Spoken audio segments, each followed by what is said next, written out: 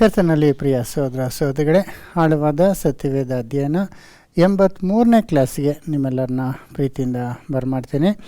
ನಾವು ಇವತ್ತು ದೀಕ್ಷಾಸ್ಥಾನದ ಬಗ್ಗೆ 2ನೇ ಭಾಗನ ನೋಡ್ಕೊಳ್ಳೋಣ, ಅಂದರೆ ಬ್ಯಾಪ್ಟಿಸಮ್ ಪಾರ್ಟು. ಲಾಸ್ಟ್ ಕ್ಲಾಸಲ್ಲಿ ನಾವು ದೀಕ್ಷಾಸ್ಥಾನದ ಬಗ್ಗೆ ಅನೇಕ ವಿಷಯಗಳನ್ನ ತಿಳ್ಕೊಂಡ್ವಿ. ಅದರಲ್ಲಿ ಮುಖ್ಯವಾಗಿ ಯೋಹಾನು ಕೊಡ್ತಿದ್ದಂಥ ದೀಕ್ಷಾಸ್ಥಾನ ಒಬ್ಬನು ಪಶ್ಚಾತ್ತಾಪಪಟ್ಟು ದೇವರ ಕಡೆ ಹಿಂದಿರುಗುವುದಕ್ಕಾಗಿ ಬ್ಯಾಪ್ಟಿಸಮ್ ಆಫ್ ರಿಪೆಂಟೆನ್ಸ್ ಆಗಿ ಇತ್ತು ಎಂಬುದಾಗಿ ನಾವು ನೋಡಿದ್ವಿ. ಆದರೆ ಯೇಸು ಸ್ವಾಮಿ ತಗೊಂಡಂಥ ದೀಕ್ಷಾಸ್ಥಾನ ತನ್ನ ಶರೀರವನ್ನು ಸಜೀವ ಬಲಿಯಾಗಿ ದೇವರಿಗೆ ಅರ್ಪಣಿಸುವಂಥದ್ದಾಗಿತ್ತು. ಅದನ್ನು ಕೂಡ ನಾವು ತಿಳ್ಕೊಂಡ್ವಿ. ಮತ್ತು ಇದು ಚಿಕ್ಕ ಮಕ್ಕಳಿಗೆ ಕೊಡುವಂಥದ್ದಲ್ಲ. ಬೈಬಲ್ನಲ್ಲಿ ಒಳ್ಳೆಯದು ಕೆಟ್ಟದನ್ನು ಅರಿತವರು, ಸುವಾರ್ತೆ ಕೇಳಿಸ್ಕೊಂಡವರು, ಪಶ್ಚಾತ್ತಾಪ ಪಟ್ಟು ದೇವರಿಗಾಗಿ ಸಮರ್ಪಣೆ ಮಾಡಿಕೊಳ್ಳುವಂಥ ಪೂರ್ಣ ವಯಸ್ಸುಳ್ಳವರಿಗೆ ಕೊಡುತ್ತಿದ್ದರು. ಮತ್ತು ಯೋಹಾನು ಅದೇ ರೀತಿ ಮಾಡಿದ್ರು. ಯೇಸು ಸ್ವಾಮಿ ಕೂಡ 30 ವಯಸ್ಸಿದ್ದಾಗ ಅದನ್ನು ತಕ್ಕೊಂಡ್ರು. ಅದನ್ನು ನಾವು ಚಿಕ್ಕ ಮಕ್ಕಳಿಗೆ ಕೊಡುವಂಥದ್ದಲ್ಲ ಎಂಬುದಾಗಿ ತಿಳ್ಕೊಂಡ್ವಿ. ಮಾತ್ರವಲ್ಲ, ಅದು ಕೊಡುವಂಥ ವಿಧ ಬಂದು ಸ್ವಲ್ಪ ನೀರನ್ನು ತಲೆ ಮೇಲೆ ಚಿಮುಕಿಸುವಂಥದ್ದಲ್ಲ, ಅದು ದೀಕ್ಷಾಸ್ಥಾನವೇ ಅಲ್ಲ. ಆದರೆ ಸಂಪೂರ್ಣವಾಗಿ ನೀರಿನಲ್ಲಿ ಮುಳುಗಿಸಿ ಎಬ್ಬಿಸುವಂಥದ್ದು ಎಂಬುದಾಗಿ ಕೂಡ ನಾವು ತಿಳ್ಕೊಂಡ್ವಿ. ಆದರೆ ಪ್ರಾಮುಖ್ಯವಾಗಿ ನಾವು ತಿಳ್ಕೊಂಡಿದ್ದೇನೆಂದರೆ, ನೀರಿನಲ್ಲಿ ತಗೊಳ್ಳುವಂಥ ದೀಕ್ಷಾಸ್ಥಾನಕ್ಕಿಂತ ನಮ್ಮ ಮನಸ್ಸನ್ನು ದೇವರಿಗೆ ಸಮರ್ಪಣೆ ಮಾಡಿಕೊಳ್ತೀವಲ್ಲ, ಅದು ಭಾಳ ಶ್ರೇಷ್ಠ. ನೀರಿನಲ್ಲಿ ನಾವು ಮಾಡುವಂಥದ್ದು ಅದು ಬಾಹ್ಯಿಕವಾದಂಥ ಒಂದು ಗುರುತಾಗಿರ್ತದಷ್ಟೇ. ಯಾವುದಕ್ಕೆ ಗುರುತಂದರೆ, ನಾವು ನಮಗಾಗಿ ಸತ್ತು, ಪಾಪಕ್ಕಾಗಿ ಸತ್ತು, ದೇವರಿಗಾಗಿ ನಾವು ಇನ್ನು ಮೇಲೆ ಜೀವಿಸೋರಾಗಿರ್ತೇವೆ, ನಮ್ಮ ಶರೀರವನ್ನು ದೇವರಿಗೆ ಅರ್ಪಣಿಸ್ಕೊಳ್ತಿದ್ದೇವೆ ಅನ್ನೋದಕ್ಕೆ ಒಂದು ಉದಾರವಾಗಿ ಆ ಒಂದು ನೀರಿನ ದೀಕ್ಷಾಸ್ಥಾನ ಇತ್ತು ಎಂಬುದಾಗಿ ಕೂಡ ನಾವು ತಿಳ್ಕೊಂಡ್ವಿ. ಸಹೋದರ ಸಹೋದರಿ, ಇವತ್ತಿನ ದಿವಸ ಇನ್ನೂ ಕೆಲವು ವಿಷಯ ನಾವು ತಿಳ್ಕೊಳ್ಳೋಣ. ಅದೇನೆಂದರೆ, ಯೋಹಾನು ಯೇಸು ಸ್ವಾಮಿ ಬಗ್ಗೆ ಹೇಳುವಾಗಲೇ ಅವರು ಈ ರೀತಿ ಆತನ ಬಗ್ಗೆ ಹೇಳಿದರು. ಅದನ್ನು ಲೂಕ 3ನೇ ಅಧ್ಯಾಯ 15ರಿಂದ 16ವರೆಗೂ ನಾವು ಓದೋಣ. ಹೀಗಿರುವಲ್ಲಿ ಇಸ್ರಾಯೇಲ್ ಜನರು ಬರಬೇಕಾದ ಕ್ರಿಸ್ತನನ್ನು ಎದುರು ನೋಡುವವರಾಗಿದ್ದರಿಂದ ಅವರೆಲ್ಲರೂ ಯೋಹಾನನ ವಿಷಯವಾಗಿ ಇವನೇ ಆ ಕ್ರಿಸ್ತನಾಗಿರಬಹುದೋ ಏನೋ ಎಂದು ತಮ್ಮ ಮನಸ್ಸಿನಲ್ಲಿ ವಿಚಾರ ಮಾಡಿಕೊಳ್ಳುತ್ತಿರಲು, ನೋಡಿದ್ರ, ಎಲ್ಲರೂ ಇವರೇ ಬರಬೇಕಾದಂಥ ಮೆಸ್ಸಯನ ಅಂತ ಯೋಚನೆ ಮಾಡ್ಕೊತಿದ್ದಾಗ ಆತನು ಹೇಳುವಂಥ ಮಾತು 16ನೇ ವಚನ. ಯೋಹಾನನು ಅವರೆಲ್ಲರಿಗೆ, ನಾನಂತೂ ನಿಮಗೆ ನೀರಿನ ಸ್ನಾನ ಮಾಡಿಸುವವನು, ಆದರೆ ನನಗಿಂತ ಶಕ್ತನು ಬರುತ್ತಾನೆ. ಆತನ ಕೆರಗಳ ಬಾರನ್ನು ಬಿಚ್ಚುವುದಕ್ಕೂ ನಾನು ಯೋಗ್ಯನಲ್ಲ. ಆತನು ಪವಿತ್ರಾತ್ಮದಲ್ಲಿಯೂ ಬೆಂಕಿಯಲ್ಲಿಯೂ ನಿಮಗೆ ಸ್ನಾನ ಮಾಡಿಸುವನು.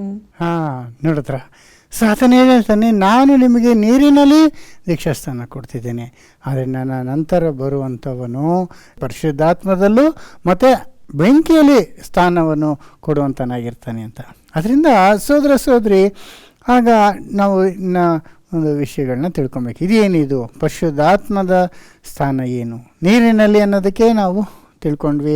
ಆದರೆ ಪರಿಶುದ್ಧಾತ್ಮದಲ್ಲಿ ದೀಕ್ಷಾಸ್ಥಾನ ಯೇಸು ಸ್ವಾಮಿ ಕೊಡ್ತಾರೆ ಅಂತ ಕೂಡ ಇಲ್ಲಿ ಹೇಳಲ್ಪಟ್ಟಿದೆ. ಇದೇ ರೀತಿ ಯೇಸು ಸ್ವಾಮಿ ಕೂಡ ಅವರು ದೀಕ್ಷಾಸ್ಥಾನ ತಕ್ಕೊಂಡ ನಂತರ ಪರಿಶುದ್ಧಾತ್ಮದಿಂದ ಅವರಿಗೆ ಅಭಿಷೇಕ ಆಯಿತು. ಅದನ್ನು ಕೂಡ ನಾವು ಲೂಕ್ 3ನೇ ಅಧ್ಯಾಯ 21ರಿಂದ ಓದಿದಾಗ ತಿಳ್ಕೊಬೋದು. ಜನರೆಲ್ಲ ದೀಕ್ಷಾಸ್ನಾನ ಮಾಡಿಸಿಕೊಂಡಾಗ ಯೇಸು ಸಹ ಸ್ನಾನ ಮಾಡಿಸಿಕೊಂಡು ಪ್ರಾರ್ಥನೆ ಮಾಡುತ್ತಿರುವಲ್ಲಿ ಆಕಾಶವು ತೆರೆಯಿತು, ಮತ್ತು ಪವಿತ್ರಾತ್ಮನು ದೇಹಾಕಾರವಾಗಿ ಪಾರಿವಾಳದ ಹಾಗೆ ಆತನ ಮೇಲೆ ಇಳಿದನು. ಆಗ, ನೀನು ಪ್ರಿಯನಾಗಿರುವ ನನ್ನ ಮಗನು, ನಿನ್ನನ್ನು ನಾನು ಮೆಚ್ಚಿದ್ದೇನೆ ಎಂದು ಆಕಾಶವಾಣಿಯಾಯಿತು. ನೋಡಿದ್ರ, ಯೇಸು ಸ್ವಾಮಿ ದೀಕ್ಷಾಸ್ಥಾನ ನೀರಿನಲ್ಲಿ ತಕೊಂಡ ನಂತರ ಆತನಿಗೆ ಪವಿತ್ರಾತ್ಮದಿಂದ ದೇವರು ದೀಕ್ಷಾಸ್ಥಾನ ಮಾಡಿದ್ರು. ಪವಿತ್ರಾತ್ಮ ಆತನ ಮೇಲೆ ಇಳಿದು ಬಂತು ಅನ್ನೋದನ್ನ ನಾವು ನೋಡ್ತೀವಿ ಅಲ್ವರ. ಅದರಿಂದ ನೀರಿನ ಸ್ಥಾನ ಹೊಂದಿದೆ, ಪರಿಶುದ್ಧಾತ್ಮದಿಂದ ಸ್ಥಾನ ಹೊಂದಿದೆ. ಸೊ ಯೇಸು ಅದನ್ನು ನೀರಿನ ಸ್ಥಾನ ತಕೊಂಡ ನಂತರ ಅವರು ಪಡ್ಕೊಂಡ್ರು ಪರಿಶುದ್ಧಾತ್ಮನ. ಮತ್ತು ಯೇಸು ಸ್ವಾಮಿ ಅವರು ನಿಕೋದೇಮಸ್ ಹತ್ರ ಮಾತಾಡುವ ಕೂಡ ಅವ ಕೂಡ ಈ ಒಂದು ಮಾತು ಹೇಳ್ತಾರೆ ನೋಡಿ. 3ನೇ ಅಧ್ಯಾಯ ಯೋಹಾನ 3ನೇ ವಚನದಿಂದ. ಅದಕ್ಕೆ ಯೇಸು, ನಾನು ನಿನಗೆ ನಿಜ ನಿಜವಾಗಿ ಹೇಳುತ್ತೇನೆ, ಒಬ್ಬನು ಹೊಸದಾಗಿ ಹುಟ್ಟದಿದ್ದರೆ ಅವನು ದೇವರ ರಾಜ್ಯವನ್ನು ಕಾಣಲಾರನು ಅಂದನು. ಹೊಸದಾಗಿ ಹುಟ್ಟಬೇಕು ಅಂತಾರೆ. ಆಗ ನಿಕೋದೇಮನು ಆತನನ್ನು, ಮನುಷ್ಯನು ಮುದುಕನಾದ ಮೇಲೆ ಹುಟ್ಟುವುದು ಹೇಗೆ? ಅವನು ತನ್ನ ತಾಯಿಯ ಗರ್ಭದಲ್ಲಿ ತಿರುಗಿ ಸೇರಿ ಹುಟ್ಟುವುದಾದೀತೆ ಎಂದು ಕೇಳಿದನು. ಆ ಥರ ಕೇಳ್ತಾರೆ, ಏನದು ಅಂತ. ಆಗ ಅದಕ್ಕೆ ಯೇಸು, ನಾನು ನಿನಗೆ ನಿಜ ನಿಜವಾಗಿ ಹೇಳುತ್ತೇನೆ, ಒಬ್ಬನು ನೀರಿನಿಂದಲೂ ಆತ್ಮನಿಂದಲೂ ಹುಟ್ಟದಿದ್ದರೆ ದೇವರ ರಾಜ್ಯಕ್ಕೆ ಸೇರಲಾರನು. ಸೊ ನೋಡಿ, ನೀರಿನಿಂದಲೂ ಆತ್ಮದಿಂದಲೂ ಹುಟ್ಟದಿದ್ದರೆ ದೇವರ ರಾಜ್ಯಕ್ಕೆ ಸೇರಲಿ. ಸೊ ಅಲ್ಲಿ ನೀರು ಆತ್ಮ ಬಂತು. ಯೋಹಾನ ಏನು ಹೇಳಿದ್ರು, ಬರಬೇಕಾದ ಆತನು ನೀರಿನಲ್ಲೂ ಮತ್ತು ಆತ್ಮದಲ್ಲೂ ನಿಮಗೆ ಸ್ನಾನ ಮಾಡಿಸ್ತಾನೆ. ಯೇಸು ಸ್ವಾಮಿಗೂ ನೀರಲ್ಲಾಯಿತು, ಆಮೇಲೆ ಪರಿಶುದ್ಧಾತ್ಮದಿಂದ ಸ್ನಾನ ಆಯಿತು ಅಲ್ವರ. ಈ ಥರ ಯೇಸು ಸ್ವಾಮಿ ಕೂಡ ನಿಕೋದೇಮಸ್ಗೆ ಹೇಳ್ತಾರೆ. ಆದರೆ ಆತನಿಗೆ ಅರ್ಥ ಆಗಲಾಗಿ ಇನ್ನೂ ವಿವರಣೆ ಕೊಡ್ತಾರೆ ನೋಡಿ. ದೇಹದಿಂದ ಹುಟ್ಟಿದ್ದು ದೇಹವೇ, ಆತ್ಮನಿಂದ ಹುಟ್ಟಿದ್ದು ಆತ್ಮವೇ. ನೀವು ಹೊಸದಾಗಿ ಹುಟ್ಟಬೇಕು ಎಂದು ನಾನು ನಿನಗೆ ಹೇಳಿದ್ದರಿಂದ ಆಶ್ಚರ್ಯ ಪಡಬೇಡ. ಗಾಳಿಯು ಮನಸ್ಸು ಬಂದ ಕಡೆ ಬೀಸುತ್ತದೆ, ಅದರ ಸಪ್ಪಳವನ್ನು ಕೇಳುತ್ತಿ, ಆದರೆ ಅದು ಎಲ್ಲಿಂದ ಬರುತ್ತದೋ ಎಲ್ಲಿಗೆ ಹೋಗುತ್ತದೋ ನಿನಗೆ ತಿಳಿಯದು. ಆತ್ಮನಿಂದ ಹುಟ್ಟಿದವರೆಲ್ಲರೂ ಅದರಂತೆಯೇ. ನೋಡಿದ್ರ, ಅಲ್ಲಿನ ಪಾಯಿಂಟ್ ಹೇಳ್ತಾರೆ, ಆತ್ಮದಿಂದ ಹುಟ್ಟಬೇಕಾದ್ರೆ ಎಲ್ಲರಿಗೂ ಗೊತ್ತಾಗಬೇಕಂತಿಲ್ಲ. ಯಾಕಂದರೆ ಅದು ಮನಸ್ಸಿನೊಳಗೆ ನಡೆಯುವಂಥದ್ದು. ದೇವರ ಆತ್ಮನ ಕಣ್ಣಲ್ಲಿ ನೋಡೋಕ್ಕಾಗೋದಿಲ್ಲ. ಯೋಹಾನಿಗೆ ಈತನೇ ಬರಬೇಕಾದತನು ಅಂತ ತಿಳ್ಕೊಳ್ಳಿ ಅಂದ್ಬಿಟ್ಟು ಒಂದು ಗುರುತಿಗಾಗಿ ಪಾರಿವಾಳನ ಕಳಿಸೋದು ಅಷ್ಟೇ. ಆದರೆ ಯಾವ ಗುರುತು ಬೇಕಿಲ್ಲ, ಇರೋದಿಲ್ಲ. ಪರಿಶುದ್ಧಾತ್ಮ ಕಣ್ಣಿಗೆ ಕಾಣಿಸದಂಥ ದೇವರ ಶಕ್ತಿಯಾಗಿರೋದ್ರಿಂದ ಅದು ಗಾಳಿ ಅಂತಿದೆ. ಗಾಳಿ ಬಂದಾಗೆ ಅದನ್ನು ನೋಡ್ಕೊಳ್ಳೋದಕ್ಕಾಗೋದಿಲ್ಲ ಅಂತ ಸ್ವಾಮಿ ಅವರಿಗೆ ಎಕ್ಸ್ಪ್ಲೇನ್ ಮಾಡ್ತಾರೆ. ಆದರೂ ಅವನಿಗೆ ಇನ್ನೂ ಅರ್ಥ ಆಗಲ್ಲ. ಆಗ 9ನೇ ವಚನ ಓದಿ. ಅದಕ್ಕೆ ನಿಕೋದೇಮನು, ಇದು ಆಗುವುದು ಹೇಗೆ ಅಂದಾಗ, ಸೊ ಇದು ಹೆಂಗಾಗ್ತದೆ ಅಂತ ಅವ್ರು ಕೇಳಿದಾಗ ಯೇಸು ಆತನಿಗೆ ಹೇಳೋದು ಮಾತೇನೆಂದರೆ, ನೀನು ಇಸ್ರಾಯೇಲ್ಗೆ ಒಂದು ಮತ ಬೋಧಕನಾಗಿದೆಯಾ, ನಿನಗೇ ಗೊತ್ತಾಗಲಿಲ್ವಾ ಈ ವಿಷಯ ಇಷ್ಟು ಸಿಂಪಲ್ಲಾಗಿ? ಅದರಿಂದ ನಾನು ಭೂಲೋಕದ ವಿಷಯ, ಗಾಳಿ ನೀರು ಬಗ್ಗೆ ಹೇಳಿದ್ರೆ ನಿಂಗೆ ಅರ್ಥ ಆಗಲ್ಲ, ಹುಟ್ಟೋದ ಬಗ್ಗೆನೇ ಆ ಪರಲೋಕದ ವಿಷಯ ನಿಂಗೆ ಹೆಂಗೆ ಅರ್ಥ ಆಗ್ತದೆ ಅಂತೆಲ್ಲ ಹೇಳ್ಬಿಟ್ಟು ಕೆಳಗೆ ಸ್ವಲ್ಪ ವಿವರಣೆ ಹೇಳ್ತಾರೆ. ಅದೇನೆಂದರೆ ಆತನು ಮಾಡುವಂಥ ಒಂದು ಸೇವೆ, ಆತನ ಮರಣದ ಮೂಲಕ ಲೋಕದ ಪಾಪವು ನೀಗಿಸಲ್ಪಟ್ಟು ಮತ್ತು ಆತನು ಪುನರುತ್ಥಾನ ಆಗೋದು, ಪರಲೋಕಕ್ಕೆ ಹೋಗುವಂಥದ್ದು, ಪರಲೋಕದಿಂದ ಆತ್ಮವನ್ನು ಕಳಿಸೋದು, ಇದೆಲ್ಲ ಕೂಡ ಕೆಳಗೆ ಬರುವಂಥ ವಚನಗಳಲ್ಲಿ ಹೇಳ್ತಾರೆ. ಒಂದು ಸಂಕ್ಷಿಪ್ತವಾಗಿ ನೋಡ್ಕೊಳ್ಳೋಣ. 13. ಪರಲೋಕದಿಂದ ಇಳಿದು ಬಂದವನೇ ಅಂದರೆ ಮನುಷ್ಯ ಕುಮಾರನೇ ಹೊರತು ಮತ್ತಾರು ಪರಲೋಕಕ್ಕೆ ಏರಿ ಹೋದವನಲ್ಲ. ನೋಡಿದ್ರ, ಪರಲೋಕದಿಂದ ಬಂದವನೇ ಹೊರತು ಬೇರೆ ಯಾರು ಪರಲೋಕ ಹೋದವನಲ್ಲ. ಇದಲ್ಲದೆ ಜನರು ನೋಡಿ ಜೀವದಿಂದುಳಿಯಬೇಕೆಂದು ಮೋಶೆಯು ಅಡವಿಯಲ್ಲಿ ಆ ಸರ್ಪವನ್ನು ಎತ್ತರದಲ್ಲಿಟ್ಟ ಹಾಗೆಯೇ ಮನುಷ್ಯ ಕುಮಾರನು ತನ್ನನ್ನು ನಂಬುವವರೆಲ್ಲರೂ ನಿತ್ಯ ಜೀವವನ್ನು ಪಡೆಯಬೇಕೆಂದು ಎತ್ತರದಲ್ಲಿಡಲ್ಪಡಬೇಕು. ಅದು ನಿಕೋದೇಮಸ್ಗೆ ಹೇಳ್ತಿದ್ದಾರೆ. ಇದು ಹೆಂಗಾಗ್ತದೆ, ತಿರ್ಗಾ ಹುಟ್ಟೋದು ಹೆಂಗೆ ಅಂದರೆ ಯೇಸು ಸ್ವಾಮಿ ಹೇಳ್ತಾ ಇದ್ದಾರೆ, ಮನುಷ್ಯ ಕುಮಾರನು ಹಿಡಿಬೇಕು, ಮಲೆ ಎತ್ತಲ್ಪಡಬೇಕು, ಎತ್ತಲ್ಪಟ್ಟಾಗ ಆಗ ಎಲ್ಲರಿಗೂ ನಿತ್ಯ ಜೀವ ಸಿಗುತ್ತೆ ಅಂತ. ಅದೆಂಗೆ ಅಂದಾಗ, ಮೋಶೆ ಸರ್ಪವನ್ನು ಎತ್ತಿದಾಗ ಹಾವು ಕಚ್ಚಿ ಸಾಯ್ತಿದ್ದವರು ಯಾಗಾದ ಆ ಒಂದು ತಾಮ್ರದ ಸರ್ಪವನ್ನು ನೋಡಿ ಅವ್ರಿಗೆ ಜೀವ ಉಳಿತೋ, ಹಂಗೇ ಮನುಷ್ಯ ಕುಮಾರ ಅಂದರೆ ತನ್ನ ಬಗ್ಗೆ ಹೇಳ್ತಾರೆ, ತಾನು ಎತ್ತಲ್ಪಡಬೇಕಂದ್ರೆ ಶಿಲ್ಬೆ ಮೇಲೆ ಆತನು ಎತ್ತಲ್ಪಡಬೇಕು. ಆಗ ಆತನನ್ನು ನೋಡುವವರು ಅಂದರೆ ಆತನನ್ನು ನಂಬುವವರಿಗೆ ಪಾಪ ಕ್ಷಮಾಪಣೆ, ನಿತ್ಯ ಜೀವ ಅಂದರೆ ಹೊಸ ಜೀವ ಸಿಗುತ್ತೆ ಅನ್ನೋದನ್ನ ನಿಕೋದೇಮಸ್ಗೆ ಆ ರೀತಿ ಹೇಳ್ತಿರೋದನ್ನ ನಾವು ನೋಡ್ತೀವಿ.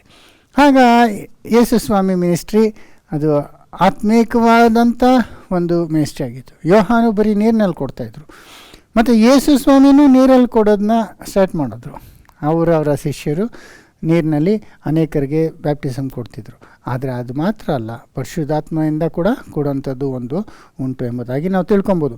ಯೇಸು ಸ್ವಾಮಿ ಕೂಡ ದೀಕ್ಷಾಸ್ಥಾನ ಕೊಡುವಾಗ ಅನೇಕ ಯೋಹಾನನ ಶಿಷ್ಯರು ಬಂದು, ನಾವಲ್ವ ಅದನ್ನು ಪ್ರಾರಂಭಿಸಿದ್ದು, ಯೇಸು ಕೂಡ ಕೊಡ್ತಾ ಇದ್ದಾರೆ ಅಂತ ಹೇಳುವಾಗ ಯೇಸು ಬಗ್ಗೆ ಆತನು ಹೇಳುವಂಥ ಕೆಲವು ಮಾತುಗಳನ್ನ ನಾವು ಅದೇ 3ನೇ ಅಧ್ಯಾಯ 25ರಿಂದ 35 ವಚನವರೆಗೂ ಓದ್ಕೊಬೋದು. ಹೀಗಿರಲಾಗಿ ಯೋಹಾನನ ಶಿಷ್ಯರಲ್ಲಿ ಕೆಲವರಿಗೂ ಒಬ್ಬ ಯಹೂದ್ಯನಿಗೂ ಶುದ್ಧಾಚಾರವನ್ನು ಕುರಿತು ವಿಚಾರ ನಡೆಯಿತು. ಆಗ ಅವರು ಯೋಹಾನನ ಬಳಿಗೆ ಬಂದು ಅವನಿಗೆ, ಗುರುವೇ, ಯೋರ್ದಾನ್ ಹೊಳೆಯ ಆಚೆ ನಿನ್ನ ಬಳಿಯಲ್ಲಿದ್ದ ಒಬ್ಬನ ವಿಷಯದಲ್ಲಿ ನೀನು ಸಾಕ್ಷಿ ಕೊಟ್ಟಿಯಲ್ಲ, ಅವನೂ ಸ್ನಾನ ಮಾಡಿಸುತ್ತಾನೆ, ಅವನ ಬಳಿಗೆ ಎಲ್ಲರೂ ಹೋಗುತ್ತಾರೆ ಎಂದು ಹೇಳಲು, ನೋಡಿದ್ರಾ, ಯೋಹಾನನು ಪರಲೋಕದಿಂದ ಅನುಗ್ರಹಿಸೋಣವಾದದ್ದನ್ನೇ ಹೊರತು ಮನುಷ್ಯನು ಹೆಚ್ಚೇನೂ ಹೊಂದಲಾರನು. ನಾನು ಕ್ರಿಸ್ತನಲ್ಲ, ಆತನ ಮುಂದೆ ಕಳುಹಿಸಲ್ಪಟ್ಟವನಾಗಿದ್ದೇನೆ ಎಂದು ನಾನು ಹೇಳಿದ್ದಕ್ಕೆ ನೀವೇ ಸಾಕ್ಷಿ. ನಾ ಮುಂಚೆನೇ ಹೇಳ್ದಲ್ಲ, ನಾನಲ್ಲ, ನನ್ನ ನಂತರ ಇನ್ನೊಬ್ಬರು ಬರ್ತಾರೆ ಅಂತ ಹೇಳ್ತಾರೆ. ಆಮೇಲೆ ಮೊದಲ ಗಿತ್ತಿಯುಳ್ಳವನೇ ಮೊದಲಿಂಗನು. ಆದರೂ ಮೊದಲಿಂಗನ ಗೆಳೆಯನು ಅವನ ಹತ್ತಿರ ನಿಂತುಕೊಂಡು ಅವನ ಮಾತುಗಳನ್ನು ಕೇಳಿ ಮೊದಲಿಂಗನ ಧ್ವನಿಗೆ ಬಹು ಸಂತೋಷ ಪಡುತ್ತಾನಲ್ಲವೇ? ಇದರಂತೆ ನನಗಿರುವ ಸಂತೋಷ ಅದು ನೆರವೇರಿತು. ನೋಡಿದ್ರೆ ನಾನು ಮೊದಲಿಂಗನಲ್ಲ, ಮೊದಲಿಂಗನ ಸ್ನೇಹಿತ. ಯಾಕಂದರೆ ಮೊದಲಿಗತ್ತೆ ಇರೋಳೆ ಮೊದಲಿಂಗನು, ಆದ್ದರಿಂದ ಆತನು ಮೊದಲಿಂಗನು, ನಾನು ಆತನ ಸ್ನೇಹಿತನು. ನನಗಿಷ್ಟೇ ಸಂತೋಷ, ಆತನ ಪಕ್ಕದಲ್ಲಿ ನಾನು ಇದ್ದೀನಲ್ಲ, ಅಷ್ಟೇ ಸಾಕು ನನಗೆ ಅಂತ ಹೇಳ್ತಾರೆ. ಆಮೇಲೆ ಆತನು ವೃದ್ಧಿಯಾಗಬೇಕು, ನಾನು ಕಡಿಮೆಯಾಗಬೇಕು ಅಂದನು. ನೋಡಿದ್ರೆ, ಆತನ ದಿನ ವೃದ್ಧಿ ಆಗಬೇಕು, ನಾನು ಕಡಿಮೆ ಆಗಬೇಕು. ಮೇಲಣಿಂದ ಬರುವವನು ಎಲ್ಲರ ಮೇಲೆ ಇದ್ದಾನೆ. ಭೂಲೋಕದಿಂದ ಹುಟ್ಟಿದವನು ಭೂಲೋಕದವನಾಗಿದ್ದು ಭೂಲೋಕದ ಮಾತನ್ನು ಆಡುತ್ತಾನೆ. ಪರಲೋಕದಿಂದ ಬರುವವನು ಎಲ್ಲರ ಮೇಲೆ ಇದ್ದಾನೆ. ನೋಡಿದ್ರ, ಅದರಿಂದ ಆತನ ನಂತರ ಬಂದಂಥ ಯೇಸು ಬಗ್ಗೆ ಎಷ್ಟು ಉನ್ನತವಾಗಿ ಯೋಹಾನ್ ಹೇಳ್ತಾ ಇದ್ದಾರೆ ನೋಡಿ. ಯಾಕೆಂದರೆ ನಾನು ಬರೀ ನೀರಲ್ಲಿ ಕೊಡ್ತಿದ್ದೇನೆ, ಆತನ ಪರಿಶುದ್ಧಾತ್ಮಂದ ಕೊಡ್ತಾನೆ. ಅಂದರೆ ಆತನು ಎಷ್ಟು ಶ್ರೇಷ್ಠ, ನಾವೆಲ್ಲ ಭೂಮಿಯಲ್ಲಿ ಹುಟ್ಟಿದ್ದೀವಿ, ಆತನ ಪರಲೋಕದಿಂದ ಬಂದವನಾಗಿದ್ದಾನೆ ಅಂತೆಲ್ಲ ಹೇಳ್ತಿದ್ದಾರೆ. ಆಮೇಲೆ ತಾನು ನೋಡಿ ಕೇಳಿದ್ದಕ್ಕೆ ಸಾಕ್ಷಿ ಕೊಡುತ್ತಾನೆ, ಆದರೆ ಆತನ ಸಾಕ್ಷಿಯನ್ನು ಯಾರು ಒಪ್ಪುವುದಿಲ್ಲ. ನೋಡಿದ್ರ, ಅದು ಕೂಡ ಹೇಳ್ತಾರೆ, ಆತನು ಪರಲೋಕದಲ್ಲಿ ಕೇಳಿದ್ನ ಬಂದ ಹೇಳಿದ್ರು ಯಾರು ಅದನ್ನು ಒಪ್ಪುವುದಿಲ್ಲ. ಆತನ ಸಾಕ್ಷಿಯನ್ನು ಒಪ್ಪಿದವನು ದೇವರು ಸತ್ಯವಂತನೆಂಬ ಮಾತಿಗೆ ಮುದ್ರೆ ಹಾಕಿದವನಾಗಿದ್ದಾನೆ. ಹೇಗೆಂದರೆ ದೇವರು ಯಾರನ್ನು ಕಳುಹಿಸಿದ್ದಾನೋ ಆತನಿಗೆ ಆತ್ಮವರವನ್ನು ಅಳತೆ ಮಾಡದೆ ಅನುಗ್ರಹಿಸಿರುವುದರಿಂದ ಆತನು ದೇವರ ಮಾತುಗಳನ್ನೇ ಆಡುತ್ತಾನೆ. ನೋಡಿದ್ರ, ಯೇಸು ಸ್ವಾಮಿ ದೀಕ್ಷಾಸ್ಥಾನದ ಪರಿಶುದ್ಧಾತ್ಮ ಬಂತಲ್ಲ, ಅದು ಹೆಂಗ್ ಬಂತು? ಸ್ವಲ್ಪ ಕೊಟ್ರ ಇಲ್ವರ? ಈಗ ಎಲಿಯಾಗೆ ಕೊಟ್ಟಿದ್ರು, ಅದಕ್ಕೆ ಡಬಲ್ ಆಗಿ ಎಲಿಶಾಗೆ ಕೊಟ್ಟರು. ಆದರೆ ಯೇಸು ಸ್ವಾಮಿಗೆ ಅಳತೆ ಇಲ್ಲದಷ್ಟು ಕೊಟ್ಬಿಟ್ಟಿದಾರಂತೆ, ಫುಲ್ ಪರಿಶುದ್ಧಾತ್ಮ ಕೊಟ್ಬಿಟ್ರು ಯೇಸು ಸ್ವಾಮಿಗೆ. ಅದನ್ನೇ ಈತನು ಹೇಳ್ತಿದ್ದಾನೆ. ಆಮೇಲೆ ತಂದೆಯಾದ ದೇವರು ತನ್ನ ಮಗನನ್ನು ಪ್ರೀತಿಸಿ ಎಲ್ಲವನ್ನೂ ಆತನ ಕೈಯಲ್ಲಿ ಕೊಟ್ಟಿದ್ದಾನೆ. ಎಷ್ಟು ಶ್ರೇಷ್ಠ ಮಾತುಗಳು! ಆತನು ದೇವರ ಮಗ, ದೇವರೇ ಆತನನ್ನು ಒಪ್ಪಿಕೊಂಡಲ್ಲ, ದೀಕ್ಷಾಸ್ಥಾನ ಮಾಡಿಸಿಕೊಂಡು ಮೇಲೆ ಬರುವಾಗ ಈತ ನನ್ನ ಮಗನಂತ ಆ ಎಲ್ಲವನ್ನ ಆತನ ಕೈಗೆ ಸಮರ್ಪಿಸಿದ್ದಾನೆ ಅಂತ ಹೇಳಿ, ಆತನ ಮಗನನ್ನು ನಂಬುವವನಿಗೆ ನಿತ್ಯ ಜೀವ ಉಂಟು. ಮಗನಿಗೆ ಒಳಗಾಗದವನು ಜೀವವನ್ನು ಕಾಣುವುದೇ ಇಲ್ಲ. ದೇವರ ಕೋಪವು ಅವನ ಮೇಲೆ ನೆಲೆಗೊಂಡಿರುವುದು. ಆತನ ನಂಬುವವನಿಗೆ ನಿತ್ಯ ಜೀವ ಸಿಗ್ತದೆ. ನಂಬದಿರ ಇರೋನು ಆ ದೇವರ ಕೋಪ ಮೇಲೆ ಅವನು ಇರ್ತಾನೆ ಅಲ್ವರ ಅಂತ ಆತನ ಮುಖಾಂತರ ನಮಗೆ ದೇವರ ಸಮಾಧಾನ, ಪ್ರೀತಿ, ಆಶೀರ್ವಾದ, ನಿತ್ಯ ಜೀವ ಬರಲಿಕ್ಕಿದೆ ಅನ್ನೋದನ್ನ ಯೋಹಾನ್ ಎಕ್ಸ್ಪ್ಲೇನ್ ಮಾಡ್ತಾರೆ. ಸೊ ಇದೆಲ್ಲ ನೀವು ಕಾಂಟೆಕ್ಸ್ಟಲ್ಲಿ ನೋಡಿದ್ರೆ, ನಿಕೋದೇಮಸ್ ಕೇಳಿದ್ದು ತಿರುಗಿ ಹೆಂಗೆ ಹುಟ್ಟೋದು, ನಂಗೆ ಆತ್ಮದಿಂದ ಹುಟ್ಟೋದು ಅನ್ನುವಾಗ ಯೇಸು ಸ್ವಾಮಿ ಮನುಷ್ಯರ ಪಾಪಗಳಿಗಾಗಿ ಬಂದು ಬಲಿಯಾದದ್ದರಿಂದ ಮನುಷ್ಯರ ಪಾಪವೆಲ್ಲ ಹೋಗಲಾಡಿಸಿ ಅವರಿಗೆ ಒಂದು ನೂತನ ಜೀವವನ್ನು, ಅಂದರೆ ಪರಿಶುದ್ಧಾತ್ಮ ಕೊಟ್ಟು ಅವನ್ನ ತಿರುಗಿ ಹುಟ್ಟುವಂತೆ ಮಾಡ್ತಾರೆ ಅನ್ನೋದನ್ನೇ ಇಲ್ಲೆಲ್ಲ ನಾವು ಓದ್ಕೊಂಡು ಬಂದಿದ್ದು. ಅದರಿಂದ ಇದನ್ನೇ ಪರಿಶುದ್ಧಾತ್ಮದಿಂದ ದೀಕ್ಷಾಸ್ಥಾನವನ್ನು ಹೊಂದುವಂಥದ್ದು ಅನ್ನುವಾಗ, ಸಹೋದರ ಸಹೋದರಿ, ಇದನ್ನು ಯೇಸು ಸ್ವಾಮಿ ಯಾವಾಗ ಕೊಟ್ಟರು, ಯಾವಾಗ ಶಿಷ್ಯರಿಗೆ ಆ ದೀಕ್ಷಾಸ್ಥಾನ ಕೊಟ್ಟರು ಅಂತ ನಾವು ನೋಡುವಾಗ, ಆತನು ಪರಲೋಕಕ್ಕೆ ಹೋಗಿ 10 ದಿವಸದ ನಂತರ ಅವರಿಗೆ ಪರಿಶುದ್ಧಾತ್ಮನ ಕಳಿಸಿ ಅವರಿಗೆ ಆ ದೀಕ್ಷಾಸ್ಥಾನ ಕೊಡ್ತಾರೆ. ಸೊ ಯೋಹಾನು ನೀರಿನಿಂದಲೂ ಆತ್ಮದಿಂದಲೂ ಆತನ ಸ್ನಾನ ಮಾಡಿಸ್ತಾನೆ ಅಂತಂದ್ರಲ್ಲ. ಸೊ ಆತ್ಮದಿಂದ ಯಾವಾಗ ಆಯಿತು ಅನ್ನುವಾಗ, ಆ ಒಂದು ಯೇಸು ಸ್ವಾಮಿ ಆರೋಹಣ ಆದ ನಂತರ 10 ದಿವಸದ ನಂತರ ಪೆಂಟೆಕೋಸ್ಟ್ ದಿವಸ ಆ ದೀಕ್ಷಾಸ್ನಾನ ಆಯಿತು. ಇದನ್ನೇ ಯೇಸು ಸ್ವಾಮಿ ಆರೋಹಣ ಆಗುವಾಗ ಹೇಳುವಂಥ ಮಾತು ಕೂಡ ನಾವು ಅಪೊಸ್ತಲರ ಕೃತ್ಯಗಳು 1ನೇ ಅಧ್ಯಾಯ 4-5 ವಚನಗಳನ್ನ ಓದ್ಬೋದು. ಹೀಗಿರಲಾಗಿ ಆತನು ಅವರೊಂದಿಗೆ ಕೂಡಿದ್ದಾಗ ಅವರಿಗೆ ಯೋಹಾನನಂತೂ ನೀರಿನಲ್ಲಿ ದೀಕ್ಷಾಸ್ನಾನ ಮಾಡಿಸಿದನು. ನಿಮಗಾದರೋ ಇನ್ನು ಸ್ವಲ್ಪ ದಿವಸಗಳೊಳಗಾಗಿ ಪವಿತ್ರಾತ್ಮದಲ್ಲಿ ಸ್ನಾನವಾಗುವುದು. ಆದ ಕಾರಣ ನೀವು ಯೆರೂಸಲೇಮನ್ನು ಬಿಟ್ಟು ಹೋಗದೆ ತಂದೆ ಮಾಡಿದ್ದಂಥ, ನೀವು ನನ್ನಿಂದ ಕೇಳಿದ್ದಂಥ ವಾಗ್ದಾನಕ್ಕೆ ಕಾದುಕೊಂಡಿರ್ರಿ ಎಂದು ಅಪ್ಪಣೆ ಕೊಟ್ಟನು. ಇನ್ನು ಕೆಲವೇ ದಿವಸಗಳಲ್ಲಿ ಯೋಹಾನ ಹೇಳಿದಾಗೆ ಆತ್ಮದಿಂದ ನಿಮಗೆ ದೀಕ್ಷಾಸ್ನಾನ ಆಗ್ತದೆ ಅಂತ ಯೇಸು ಹೇಳ್ತಿದ್ದಾರೆ. ಇನ್ನೊಂದ್ಸತಿ ಓದೋಣ ಸ್ಟಾರ್ಟಿಂಗ್. ಹೀಗಿರಲಾಗಿ ಆತನು ಅವರೊಂದಿಗೆ ಕೂಡಿದ್ದಾಗ ಅವರಿಗೆ ಯೋಹಾನನಂತೂ ನೀರಿನಲ್ಲಿ ದೀಕ್ಷಾಸ್ನಾನ ಮಾಡಿಸಿದನು. ನಿಮಗಾದರೋ ಇನ್ನು ಸ್ವಲ್ಪ ದಿವಸಗಳೊಳಗಾಗಿ ಪವಿತ್ರಾತ್ಮದಲ್ಲಿ ಸ್ನಾನವಾಗುವುದು. ನೋಡಿದ್ರ, ಇನ್ನು ಸ್ವಲ್ಪ ದಿವಸಗಳು ಯೋಹಾನು ನೀರನ್ನು ಕೊಟ್ಟರು, ಸ್ವಲ್ಪ ದಿವಸದಲ್ಲಿ ಆತ್ಮದಿಂದ ನಿಮಗೆ ಸ್ನಾನ ಆಗ್ತದೆ. ಆಮೇಲೆ 10 ದಿವಸದ ನಂತರ ಪೆಂಟೆಕೋಸ್ಟ್ ದಿವಸದಲ್ಲಿ ಆ ಪರಿಶುದ್ಧಾತ್ಮನ ಯೇಸುಸ್ವಾಮಿ ಶಿಷ್ಯರು ಎಲ್ಲರಿಗೂ ಅವ್ರು ಕಾದಿದ್ರು. 120 ಜನ ಕಾಯ್ಕೊಂಡಿದ್ರು. ಆಗ ಯೆರೂಸಲೇಮಿನಲ್ಲಿ ಆಗ ಪರಿಶುದ್ಧಾತ್ಮ ಬಂದು ಆಗ ಆತ್ಮದ ಸ್ಥಾನ ಅವರಿಗೆ ಆಯಿತು. ಸೊ ನೀರಿನಿಂದ ಆಗಿದ್ದು ಮತ್ತು ಆತ್ಮದಿಂದ ಆಗಿದ್ದು ನಾವು ಎರಡು ಚೆನ್ನಾಗಿ ಆ ವ್ಯತ್ಯಾಸ ತಿಳ್ಕೊಬೋದು. ಅದನ್ನು 2ನೇ ಅಧ್ಯಾಯದಲ್ಲಿ ಅದೇ ಅಪೊಸ್ತಲರ ಕೃತ್ಯ ನಾವು ಹೆಂಗೆ ಪರಿಶುದ್ಧಾತ್ಮ ಬಂದು ಅವರಿಗೆ ಸ್ಥಾನ ಕೊಡ್ತು ಅನ್ನೋದನ್ನ ನಾವು ನೋಡ್ಬೋದು. ಪಂಚಾಶತ್ತಮ ದಿನದ ಹಬ್ಬವು ಬಂದಿರಲಾಗಿ ಅವರೆಲ್ಲರೂ ಏಕ ಮನಸ್ಸಿನಿಂದ ಒಂದೇ ಸ್ಥಳದಲ್ಲಿ ಕೂಡಿದ್ದರು. ಆಗ ಬಿರುಗಾಳಿ ಬೀಸುತ್ತದೋ ಎಂಬಂತೆ ಪಕ್ಕನೆ ಆಕಾಶದೊಳಗಿಂದ ಒಂದು ಶಬ್ದ ಉಂಟಾಗಿ ಅವರು ಕೂತಿದ್ದ ಮನೆಯನ್ನೆಲ್ಲ ತುಂಬಿಕೊಂಡಿತು. ಆಗ ಬಿರುಗಾಳಿ ಬೀಸುತ್ತದೋ ಎಂಬಂತೆ ಪಕ್ಕನೆ ಆಕಾಶದೊಳಗಿಂದ ಒಂದು ಶಬ್ದ ಉಂಟಾಗಿ ಅವರು ಕೂತಿದ್ದ ಮನೆಯನ್ನೆಲ್ಲ ತುಂಬಿಕೊಂಡಿತು. ನೋಡಿದ್ರ, ಬಿರುಗಾಳಿ ಥರ ಬಂತು, ಅವ್ರು ಕೂತಿದ್ದ ಎಲ್ಲರ ಮೇಲೆ ತುಂಬಿಕೊಂಡು. ಅವಾಗ ಯೇಸು ನಿಕೋದೇಮಿಗೂ ಅದೇ ಹೇಳ್ತಾರಲ್ಲ, ಆತ್ಮದಿಂದ ಹುಟ್ಟುವವನು ಹೆಂಗೆ ಅಂದರೆ ಗಾಳಿ ಯಾವ ರೀತಿ ಬರ್ತದೆ, ಹೆಂಗೆ ಹೋಗುತ್ತೆ ಕಾಣಿಸಲ್ಲ ಅಂದ್ರೆ ಹಂಗೆ ರಭಸವಾದ ಗಾಳಿಯಾಗೇ ಬಂತು. ಪರಿಶುದ್ಧಾತ್ಮ ಕಣ್ಣಿಗೆ ಕಾಣಿಸಿದ ಹಾಗೆ ಆದ್ಮೇಲೆ ಬಂತು. ಏನು ವ್ಯತ್ಯಾಸ ಅಂದರೆ ಯೇಸು ಸ್ವಾಮಿ ಮೇಲೆ ಬರುವಾಗ ಒಂದು ಪಾರಿವಾಳನ ಒಂದು ಗುರುತ ಕಳಿಸಿದ್ರು, ಕಾಣುವಂತೆ ಅವ್ರದ್ದು ಏನೋ ಒಂದು ತಿಳ್ಕೊಬೇಕಲ್ಲ ಏನೋ ಆಗಿದೆ ಅಂತ. ಅದೇ ಥರ ಈಗ ನಾವು ನೋಡುವಾಗ ಬೆಂಕಿಯ ಒಂದು ನಾಲಿಗೆ ಥರ ಅವ್ರ ಮೇಲೆ ಬಂದು ಕೂತ್ಕೊಂತು. ಆಗ ಅವ್ರಿಗೆ ಗೊತ್ತಾಗಲಿ ಅಂತ, ಇಲ್ಲಾಂದರೆ ಏನು ಗೊತ್ತಾಗೋದಿಲ್ಲ. ಅದನ್ನೇ ನಾವು ನೆಕ್ಸ್ಟ್ ಓದ್ಬೋದು. ಅದಲ್ಲದೆ ಉರಿಯಂತಿದ್ದ ನಾಲಿಗೆಗಳು ವಿಂಗಡಿಸಿಕೊಳ್ಳುವ ಹಾಗೆ ಅವರಿಗೆ ಕಾಣಿಸಿ ಅವರಲ್ಲಿ ಒಬ್ಬೊಬ್ಬರ ಮೇಲೆ ಒಂದೊಂದಾಗಿ ಕೂತುಕೊಂಡವು. ಸೊ ಏನಂದರೆ ಇವ್ರಿಗೆ ಗೊತ್ತಾಗಲಿ ಪರಿಶುದ್ಧಾತ್ಮ ಬಂತು ಅನ್ನೋದಕ್ಕೆ ಆ ಒಂದು ಔಟ್ವರ್ಡ್ ಸೈನ್ ಕೊಡ್ತಾರೆ. ಪಾರಿವಾಳ ಯೇಸು ಸ್ವಾಮಿಗೆ ಪರಿಶುದ್ಧಾತ್ಮ ಬಂದಾಗ ದೇವರು ಕಳಿಸ್ದಂಗೆ ಇಲ್ಲಿ ಅಗ್ನಿ ಬಂದು ಆ ಒಂದು ರೀತಿಯಲ್ಲಿ ಅವ್ರ ಮೇಲೆ ಪ್ರವೇಶಿಸ್ತು. ಹಾಗಿರುವಾಗ ನಿಮಗೆಲ್ಲ ಗೊತ್ತು, ಅದು ಬ್ಯಾಪ್ಟಿಸಮ್. ಪರಿಶುದ್ಧಾತ್ಮದಿಂದ ಅವರು ಸಭೆಯಾಗಿ ಅವರು ದೀಕ್ಷಾಸ್ಥಾನನ ಪಡ್ಕೊಂಡ್ರು ಅಂತ ನಾವು ನೋಡ್ಬೋದು. ಅದೇ ರೀತಿ ಸಹೋದರ ಸಹೋದರಿ ಹಾಗೆ ಕಂಟಿನ್ಯೂ ಆಗ್ತಾ ಬರ್ತದೆ. ಯಾವಾಗ ಒಂದು ಮನುಷ್ಯ ಸುವಿಶೇಷನ ಕೇಳಿಸ್ಕೊಂಡು ಯೇಸು ಬಗ್ಗೆ ಒಂದು ತಿಳ್ಕೊಂಡು ಅವನು ಯೇಸುನ ನಂಬಿ ಪಶ್ಚಾತ್ತಾಪಪಟ್ಟು ದೀಕ್ಷಾಸ್ಥಾನ ನೀರಿನಲ್ಲಿ ತಕ್ಕೊಂತಾನೋ ಆಗ ದೇವರು ಅವರಿಗೆ ಪರಿಶುದ್ಧಾತ್ಮ ಕೊಡ್ತಾರೆ ಅಲ್ವರ. ಸೊ ಫಸ್ಟ್ ಸ್ಟೆಪ್ಪು ನೀರಿನಲ್ಲಿ ಅವನು ದೀಕ್ಷಾಸ್ನಾನ ತಗೊಬೇಕು, ತನ್ನನ್ನು ದೇವರಿಗೆ ಸಮರ್ಪಿಸ್ಕೊಬೇಕು. ಆಗ ದೇವರು ಪರಿಶುದ್ಧಾತ್ಮನ ಅವರಿಗೆ ಕೊಡ್ತಾರೆ ಎಂಬುದಾಗಿ ಅದೇ ಅಧ್ಯಾಯದಲ್ಲಿ ನಾವು ನೋಡ್ಬೋದು.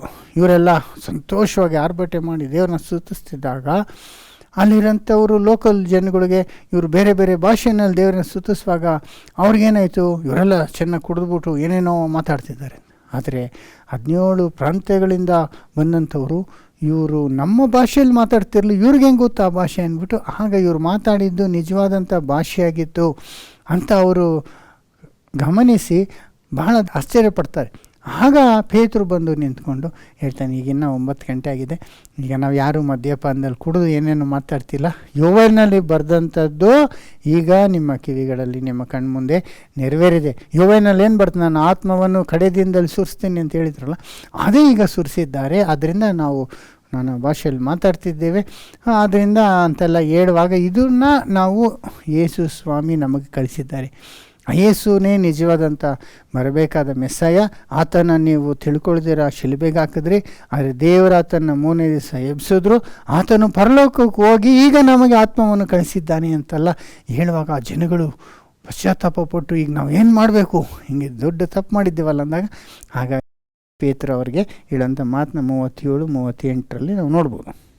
ಇದನ್ನು ಅವರು ಕೇಳಿ ಹೃದಯದಲ್ಲಿ ಅಲಗು ನೆಟ್ಟಂತಾಗಿ ಪೇತ್ರನನ್ನು ಉಳಿದ ಅಪೋಸ್ತಲರನ್ನು, ಸಹೋದರರೇ, ನಾವೇನು ಮಾಡಬೇಕು ಎಂದು ಕೇಳಲು ಪೇತ್ರನು ಅವರಿಗೆ, ನಿಮ್ಮ ಪಾಪಗಳು ಪರಿಹಾರವಾಗುವುದಕ್ಕಾಗಿ ನಿಮ್ಮಲ್ಲಿ ಪ್ರತಿಯೊಬ್ಬರು ದೇವರ ಕಡೆಗೆ ತಿರುಗಿಕೊಂಡು ಯೇಸು ಕ್ರಿಸ್ತನ ಹೆಸರಿನ ಮೇಲೆ ದೀಕ್ಷೆ ಸ್ನಾನ ಮಾಡಿಸಿಕೊಳ್ಳಿರಿ, ಆಗ ನೀವು ಪವಿತ್ರಾತ್ಮ ದಾನವನ್ನು ಹೊಂದುವಿರಿ. ನೋಡಿದ್ರ?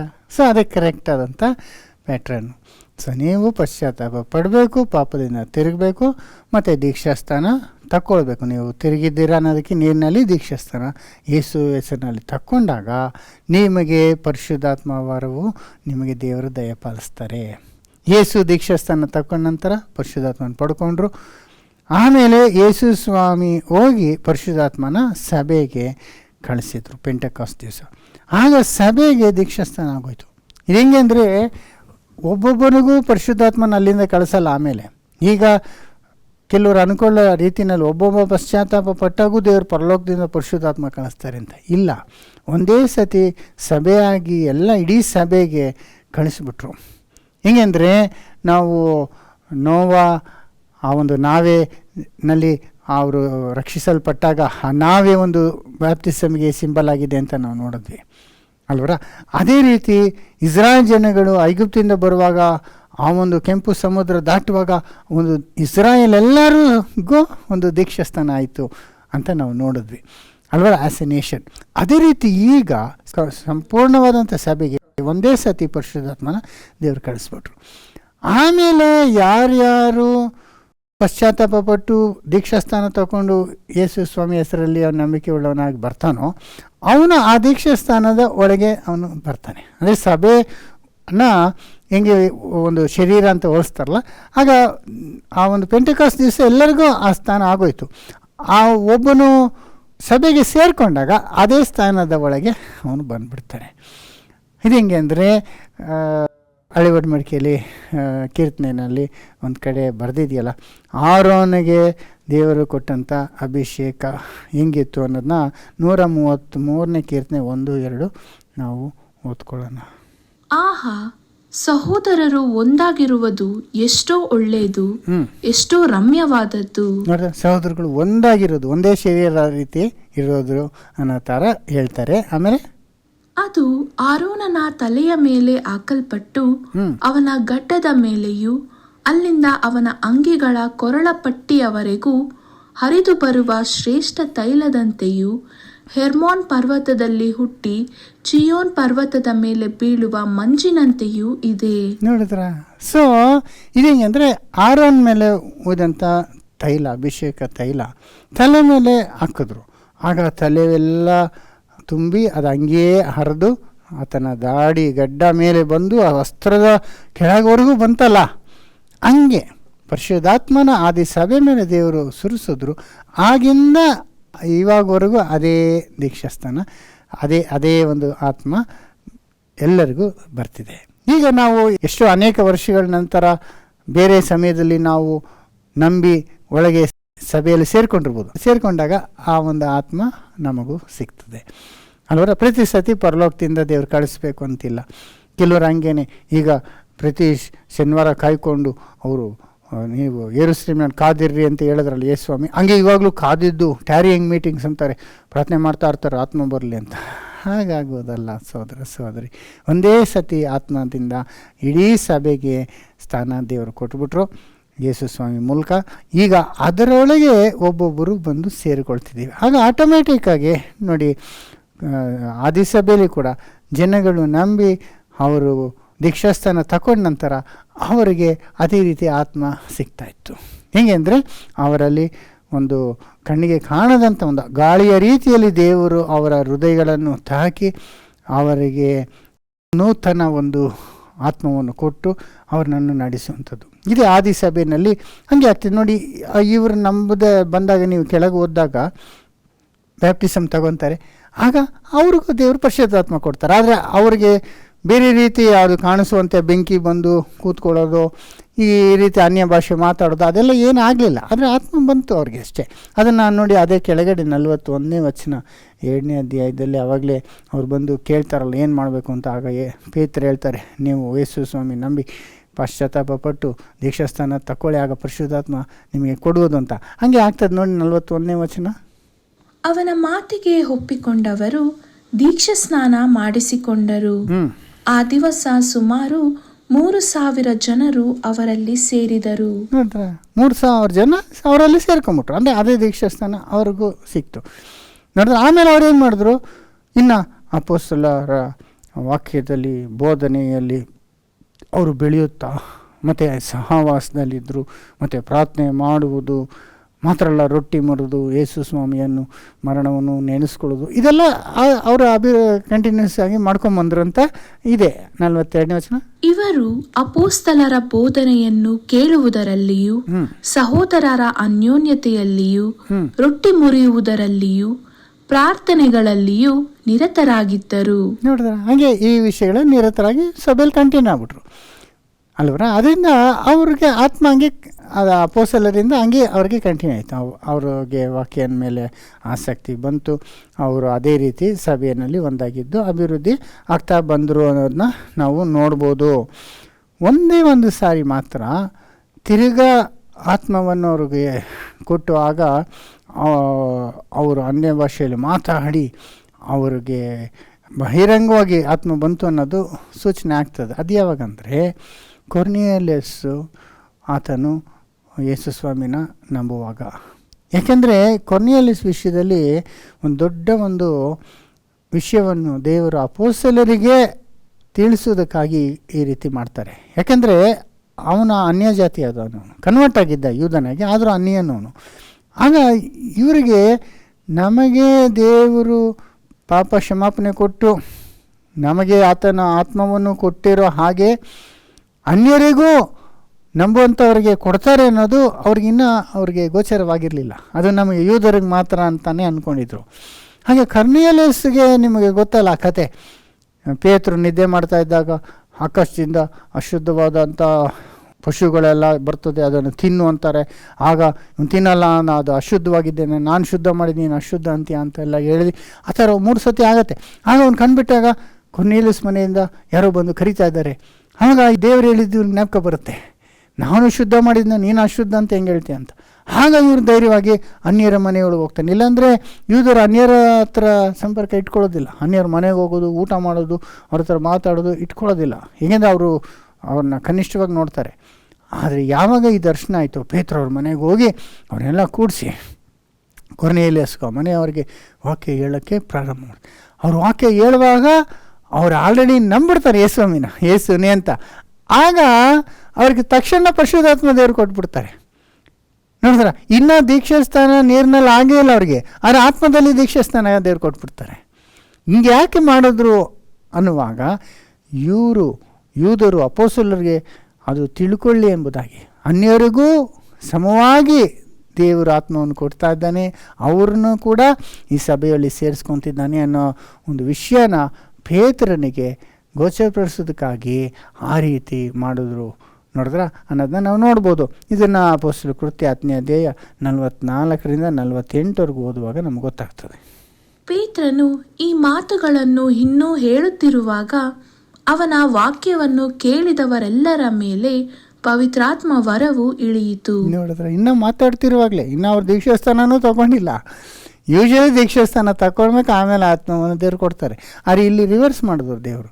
ಯಾಕಂದರೆ ಆ ಅಪೊಸ್ತಲರಿಗೆ ಅವ್ರನ್ನೂ ಕೂಡ ದೇವರ ಆರಿಸ್ಕೊಂಡಿದ್ದಾನೆ ಅಂತ ತಿಳಿಸೋದಕ್ಕಾಗಿ ಅಂತ ನಾವು ನೋಡ್ತೀವಿ. ಆಮೇಲೆ ಅವರು ನಾನಾ ಭಾಷೆಗಳನ್ನಾಡುತ್ತಾ ದೇವರನ್ನು ಕೊಂಡಾಡುತ್ತಾ ಇರುವುದನ್ನು ಪೇತ್ರನ ಸಂಗಡ ಬಂದಿದ್ದ ಯಹೂದ್ಯರಾದ ವಿಶ್ವಾಸಿಗಳು ಕೇಳಿದಾಗ ಅನ್ಯ ಜನಗಳಿಗೂ ಪವಿತ್ರಾತ್ಮ ದಾನ ಮಾಡಲ್ಪಟ್ಟಿದೆಯಲ್ಲ ಎಂದು ಅತ್ಯಾಶ್ಚರ್ಯಪಟ್ಟರು. ನೋಡಿದ್ರ, ಆಶ್ಚರ್ಯ ಪಡ್ತಾರೆ ಅವರು.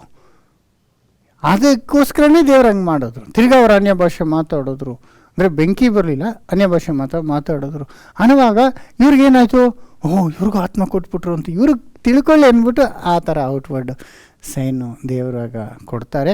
ಆಗ ಇವರೆಲ್ಲ ಆಶ್ಚರ್ಯಪಟ್ಟು ಆಮೇಲೆ ನಡೆದ ಸಂಗತಿಯನ್ನು ಪೇತ್ರನು ನೋಡಿ, ನಮ್ಮ ಹಾಗೆಯೇ ಪವಿತ್ರಾತ್ಮ ವರವನ್ನು ಹೊಂದಿದ ಇವರಿಗೆ ನೀರಿನ ದೀಕ್ಷಾಸ್ನಾನವಾಗದಂತೆ ಯಾರಾದರೂ ಅಭ್ಯಂತರ ಮಾಡಾರೆ ಎಂದು ಹೇಳಿ, ನೋಡಿದ್ರ, ನಮ್ಮಾಗೆ ಆತ್ಮನ ದೇವರಿಗೆ ಕೊಟ್ಬಿಟ್ಟಿದ್ದಾರೆ, ಆಗ ಇವರಿಗೆ ನೀರಿನಲ್ಲಿ ಸ್ನಾನ ಕೊಡೋದು ನಾವ್ಯಾಕೆ ಅಭ್ಯಂತರ ಮಾಡಬೇಕು ಅಂತ ಹೇಳಿ ಅವರಿಗೆ, ನೀವು ಯೇಸುಕ್ರಿಸ್ತನ ಹೆಸರಿನಲ್ಲಿ ದೀಕ್ಷಾ ಸ್ನಾನ ಮಾಡಿಸಿಕೊಳ್ಳಬೇಕೆಂದು ಅಪ್ಪಣೆ ಕೊಟ್ಟನು. ಸೊ ಅವ್ರಿಗೂ ದೀಕ್ಷಾಸ್ನಾನ ಕೊಡ್ತಾರೆ. ಸೊ ಹಿಂಗೆ ಯಾಕೆ ಮಾಡ್ದಂದ್ರೆ, ಈ ಯೂದರಿಗೆ ಗೊತ್ತಾಗ್ಲಿ, ಅನ್ಯರಿಗೂ ಸೇಮ್ ಈಕ್ವಲ್ ಸ್ಥಾನ ಇದೆ ದೇವರ ಒಂದು ಯೋಜನೆಯಲ್ಲಿ, ಅವ್ರಿಗೂ ಪಾಪದ ಕ್ಷಮಾಪಣೆ, ಅವರನ್ನು ದೇವರ ಮಕ್ಕಳಾಗಿ ಆರಿಸ್ಕೊಂಡಿದ್ದಾನೆ ಅನ್ನೋದಾಗ ಎಲ್ಲರಿಗೂ, ಯೂದರಿಗೆ ಮತ್ತು ವಿಶೇಷವಾಗಿ ಪೇತ್ರರಿಗೆ ತಿಳಿಯುವಂತೆ. ಸೊ ಅಲ್ಲಿಂದ ಏನಾದರೂ ಇವರು ಅನ್ಯರ ಜನಗಳಿಗೂ ಆ ಒಂದು ಸುವಾರ್ತೆ ಸಾರಿ ಅವರಿಗೂ ದೀಕ್ಷಾಸ್ಥಾನ ಕೊಡುವಂಥದ್ದು ಪ್ರಾರಂಭ ಮಾಡಿಕೊಂಡ್ರು. ಇದನ್ನೇ ನಾವು ಅಪೊಸ್ತಲರ ಕೃತ್ಯ 11:15 ಓದುವಾಗ ಕೂಡ ಯಾವ ರೀತಿ ನೋಡಿ ಆತ್ಮದ ಸ್ಥಾನವನ್ನು ಇವರಿಗೆ ದೇವರು ಕೊಟ್ಟರು ಎಂಬುದಾಗಿ ನಾವು ನೋಡ್ಬೋದು. 11ನೇ ಅಧ್ಯಾಯ 15 ಓದಿ ಅಪೊಸ್ತಲ ಕೃತ್ಯಗಳು. ನಾನು ಮಾತಾಡುವುದಕ್ಕೆ ಪ್ರಾರಂಭಿಸಿದಾಗ ಪವಿತ್ರಾತ್ಮ ವರವು ಮೊದಲು ನಮ್ಮ ಮೇಲೆ ಇಳಿದಂತೆ ಅವರ ಮೇಲೆಯೂ ಇಳಿಯಿತು. ಇದೆ, ಮೊದಲು ಇಳಿದಂತೆ ಅವರ ಮೇಲೆ, ಇದೆ ಸೆಕೆಂಡ್ ಟೈಮ್ ಆಗೋದು. ಸೊ ಈಚ್ ಟೈಮ್ ಆ ಥರ ಆಗೋದಿಲ್ಲ. ಯಾಕೆ ಹಿಂಗಾಯಿತು ಅಂದರೆ, ಅನ್ಯರಿಗೂ ನಮ್ಮ ಹಾಗೆಯೇ ದೇವರು ಈ ಕೃಪೆಯನ್ನು ಕೊಟ್ಟಿದ್ದಾನೆ ಅಂತ ಯೂದರಿಗೆ ತಿಳಿಸೋದಕ್ಕಾಗಿ ದೇವ್ರು ಹಂಗೆ ಮಾಡಿದ್ರು ಹೊರತು ಎವ್ರಿ ಟೈಮ್ ಹಂಗೆ ಆಗ್ಬೇಕನ್ನೋದು ಇಲ್ಲ ಅನ್ನೋದೇ ನಾನು ಇಲ್ಲಿ ನಿಮಗೆ ತೋರಿಸುವಂಥದ್ದಾಗಿದೆ. ಆಮೇಲೆ ಆಗ ಯೋಹಾನನಂತೂ ನೀರಿನ ದೀಕ್ಷಾ ಸ್ನಾನ ಮಾಡಿಸಿದನು. ನಿಮಗಾದರೂ ಪವಿತ್ರಾತ್ಮದಲ್ಲಿ ಸ್ನಾನವಾಗುವುದು ಎಂದು ಯೇಸುಸ್ವಾಮಿ ಹೇಳಿದ ಮಾತು ನನ್ನ ನೆನಪಿಗೆ ಬಂತು. ನೋಡಿದ್ರೆ, ಯೋಹಾನು ನೀರಿನಲ್ಲಿ ಪರಿಶುದ್ಧಾತ್ಮದಿಂದ ನಿಮಗೆ ಸ್ನಾನ ಆಗುವುದಂತ ಹೇಳಿದ್ದು ನನಗೆ ನೆನಪಿಗೆ ಬಂತು. ದೇವರು ಕರ್ತನಾಗಿರುವ ಯೇಸು ಕ್ರಿಸ್ತನಲ್ಲಿ ನಂಬಿಕೆ ಇಟ್ಟ ನಮಗೆ ಕೊಟ್ಟ ವರಕ್ಕೆ ಸರಿಯಾದ ವರವನ್ನು ಅವರಿಗೂ ಕೊಟ್ಟಿರಲಾಗಿ ದೇವರನ್ನು ತಡೆಯುವುದಕ್ಕೆ ನಾನು ಶಕ್ತನು. ನೋಡಿದ್ರ, ಸೊ ಇದು ಅವರು ಕೆಲವು ಪಡ್ಕೊಂಡಂಥ ಈ ವರಗಳಿಂದ ಅವ್ರನ್ನೂ ದೇವರು ಆರಿಸ್ಕೊಂಡಿದ್ದಾರೆ ಅನ್ನೋದು ಕ್ಲಿಯರ್ ಆಯಿತು. ಸೊ ನೋಡಿ, ಪರಿಶುದ್ಧಾತ್ಮ ಬಂದಾಗ ಕೆಲವು ವರಗಳು ಕೂಡ ಅವರಿಗೆ ಆತ್ಮದಿಂದ ಅವ್ರು ಪಡ್ಕೊತಿದ್ರು. ಈಗ ಅನ್ಯ ಭಾಷೆ ಮಾತಾಡೋಂಥದ್ದು, ಮತ್ತು ಬೈಬಲ್ನಲ್ಲಿ 9 ವರಗಳ ಬಗ್ಗೆ ಹೇಳಿದ್ದಾರೆ ಅಲ್ವರ. ಪ್ರೊಫೆಸಿ ಅಂದರೆ ಪ್ರವಾದನೆಗಳು ಹೇಳುವಂಥದ್ದು ಮಾತ್ರ ಅಲ್ಲ, ಗುಣಪಡಿಸುವಂಥದ್ದು, ಅದ್ಭುತ ಕಾರ್ಯಗಳನ್ನು ಮಾಡುವಂಥದ್ದು ಮಾತ್ರ ಅಲ್ಲ, ದೆವ್ವಗಳನ್ನು ಓಡಿಸುವಂಥದ್ದು, ಮತ್ತು ಅನ್ಯ ಭಾಷೆಯಲ್ಲಿ ಮಾತಾಡುವಂಥದ್ದು, ಮಾತಾಡಿದ್ದನ್ನು ಅರ್ಥ ಮಾಡಿಕೊಂಡು ಅದಕ್ಕೆ ವ್ಯಾಕರಣ ಹೇಳುವಂಥದ್ದು, ಇದೆಲ್ಲ ಕೂಡ ವರಗಳು. ಆತ್ಮವನ್ನು ಪಡ್ಕೊಂಡಾಗ ಕೆಲವು ಅಡಿಷ್ನಲ್ ಅವರಿಗೆ ಗಿಫ್ಟ್ಸು, ಪವರ್ಸು ಕೊಟ್ಟಿದ್ರು. ಈಗ ಈ ಒಂದು ಪವರ್ಸು ಆದಿಸಭೆಗೆ ಭಾಳ ಬೇಕಾಗಿತ್ತು. ಯಾಕಂದರೆ ಅವರು ಬರೀ ಕೆಲವು ಮೀನಿಡಿ ಅಂಥವ್ರು, ಅವ್ರ ಮೂಲಕ ಎಲ್ಲ ಜನಗಳಿಗೂ ಯೇಸು ಸ್ವಾಮಿಯ ಸಾಕ್ಷಿ ಗೊತ್ತಾಗಬೇಕಾಗಿತ್ತು. ಯಾಕಂದರೆ ಇವರು ಐ ವಿಟ್ನೆಸ್ಸು, ಕಣ್ಣಿಂದ ಅವ್ರು ನೋಡಿದರು, ಯೇಸು ಸ್ವಾಮಿ ಜೊತೆ ಇದ್ದರು, ಯೇಸು ಮಾಡಿದ್ದೆಲ್ಲ ಅವರು ಕಣ್ಣಲ್ಲಿ ನೋಡಿದರು. ಸ್ವತಃ ಮಾತಾಡಲ್ಲ, ಯೇಸು ಸ್ವಾಮಿ ಕೊಲ್ಲಲ್ಪಟ್ಟಿದ್ದು ಶಿಲ್ಬೆ ಮೇಲೆ ನೋಡಿದ್ರು, ಆತನ 3ನೇ ದಿವಸ ಎಬ್ಬಿಸಲ್ಪಟ್ಟಿದ್ದು ನೋಡಿದ್ರು, ಆಮೇಲೆ 40ನೇ ದಿವಸ ಅವರು ಪರಲೋಕಕ್ಕೂ ಏರು ಹೋಗಿದ್ದು ನೋಡಿದ್ರು, ಆತ್ಮ 50ನೇ ದಿವಸ ಬಂದಿದ್ದು, ಎಲ್ಲ ಇವರಿಗೆ ಎಕ್ಸ್ಪೀರಿಯೆನ್ಸ್ ಆಗಿತ್ತು. ಸೊ ಇವ್ರ ಮಾತಿನ ಮೇಲೆ ಈಗ ಸಭೆ ಈಗ ಬೆಳಿಬೇಕು. ಈಗ ಯಾಕಂದರೆ ಬೇರೆ ಆಮೇಲೆ ಬಂದಂಥವ್ರು ಯೇಸುನ ನೋಡೋಕ್ಕಾಗಲ್ಲ, ಇದೆಲ್ಲ ಯಾವುದೂ ನೋಡೋಕ್ಕಾಗಲ್ಲ. ಇವ್ರು ನಾವು ನೋಡಿದ್ವಿ ಅಂತ ಇವ್ರು ಹೇಳುವಾಗ ಅವರ ಸಾಕ್ಷಿಯ ಮೇಲೇ ಈಗ ಸಭೆ ಕಟ್ಟಲ್ಪಡ್ತಾ ಬಂತು. ಅದು ಮಾಡಬೇಕಾದ್ರೆ ಇವ್ರಿಗೆ ಕೆಲವು ಪವರ್ಸ್ ಇರಬೇಕು, ಇಲ್ಲಾಂದರೆ ಜನಗಳು ಹೆಂಗೆ ನಂಬ್ತಾರೆ ಇವ್ರು ಹೇಳೋದು ಅಲ್ವರ. ಆಗ ಇವ್ರಿಗೆ ಪವರ್ ಕೊಟ್ಟಿದ್ರು. ಇವ್ರು ಮುಟ್ಟಿದ್ದೆ ಅವ್ರಿಗೆ ಸ್ವಸ್ಥ ಆಗ್ಬಿಡೋದು, ದೆವ್ವಗಳು ಇವ್ರು ಹೇಳಿದ್ದೆ ಓಡೋಗ್ಬಿಡೋದು, ಅಲ್ವರ ಈ ಥರ ಅದ್ಭುತ ಕಾರ್ಯ ಎಲ್ಲ ಇವ್ರು ಮಾಡುವಾಗ ಜನಗಳಿಗೆ ಇವ್ರ ಮೇಲೆ ಒಂದು ನಂಬಿಕೆ, ಇವ್ರು ಹೇಳುವುದ್ರ ಮೇಲೆ ಇವ್ರು ಸುಮ್ಮನೆ ಏನೋ ಹೇಳ್ತಿಲ್ಲ, ನಿಜವಾಗ್ಲೂ ಇವ್ರಿಗೆ ಆ ಶಕ್ತಿ ಇದೆ ಅಂದ್ಬಿಟ್ಟು ಈ ಅಪೊಸ್ತಲರಿಗೆ ಒಂದು ಶ್ರೇಷ್ಠವಾದಂಥ ವರಗಳು ಕೊಟ್ಟಿದ್ದರು. ಮತ್ತು ಅವರು ಯಾರ್ಯಾರಿಗೆ ಆ ಒಂದು ವರನ ಅವರು ಟ್ರಾನ್ಸ್ಫರ್ ಮಾಡ್ತಾರೋ ಅವರು ಕೂಡ ಈ ಒಂದು ಕೃತ್ಯಗಳನ್ನ ಮಾಡುವಂತೆ ದೇವರಿಟ್ಟಿದ್ರು ಆದಿಸಭೆಯಲ್ಲಿ. ನೋಡಿದ್ರೆ ಎಸ್ಪೆಷಲಿ ಆ ವರಗಳ ಬಗ್ಗೆ ನಾವು ನೋಡುವಾಗ ಒಂದು ವಿಷಯ ತಿಳ್ಕೊಬೇಕು, ಆತ್ಮವನ್ನು ಎಲ್ಲರಿಗೂ ದೇವ್ರು ಕೊಟ್ಬಿಡ್ತಾರೆ. ನಂಬಿ ದೀಕ್ಷಾಸ್ಥಾನ ತಗೊಂಡವ್ರಿಗೆ ದೇವರ ಆತ್ಮನ ಕೊಟ್ಟು ನಡೆಸ್ತಾರೆ. ಅವರಿಗೆ ಒಂದು ಮನುಷ್ಯನು ತಿಳಿದಂಥ ರೀತಿಯಲ್ಲಿ ಅವರಿಗೆ ನಡೆಸ್ತಾರೆ. ಅವರಿಗೆ ದೇವರ ಮೇಲೆ ಒಂದು ಹೊಸ ಪ್ರೀತಿ, ಒಂದು ಆಸಕ್ತಿ ಮತ್ತು ಆತ್ಮೀಕವಾದಂಥ ಕಣ್ಣುಗಳು ತೆರೆಯಲ್ಪಡುವಂಥದ್ದು ಅದೆಲ್ಲ ಇವಾಗವರೆಗೂ ಹಂಗೆ ಕಂಟಿನ್ಯೂ ನಡೀತದೆ.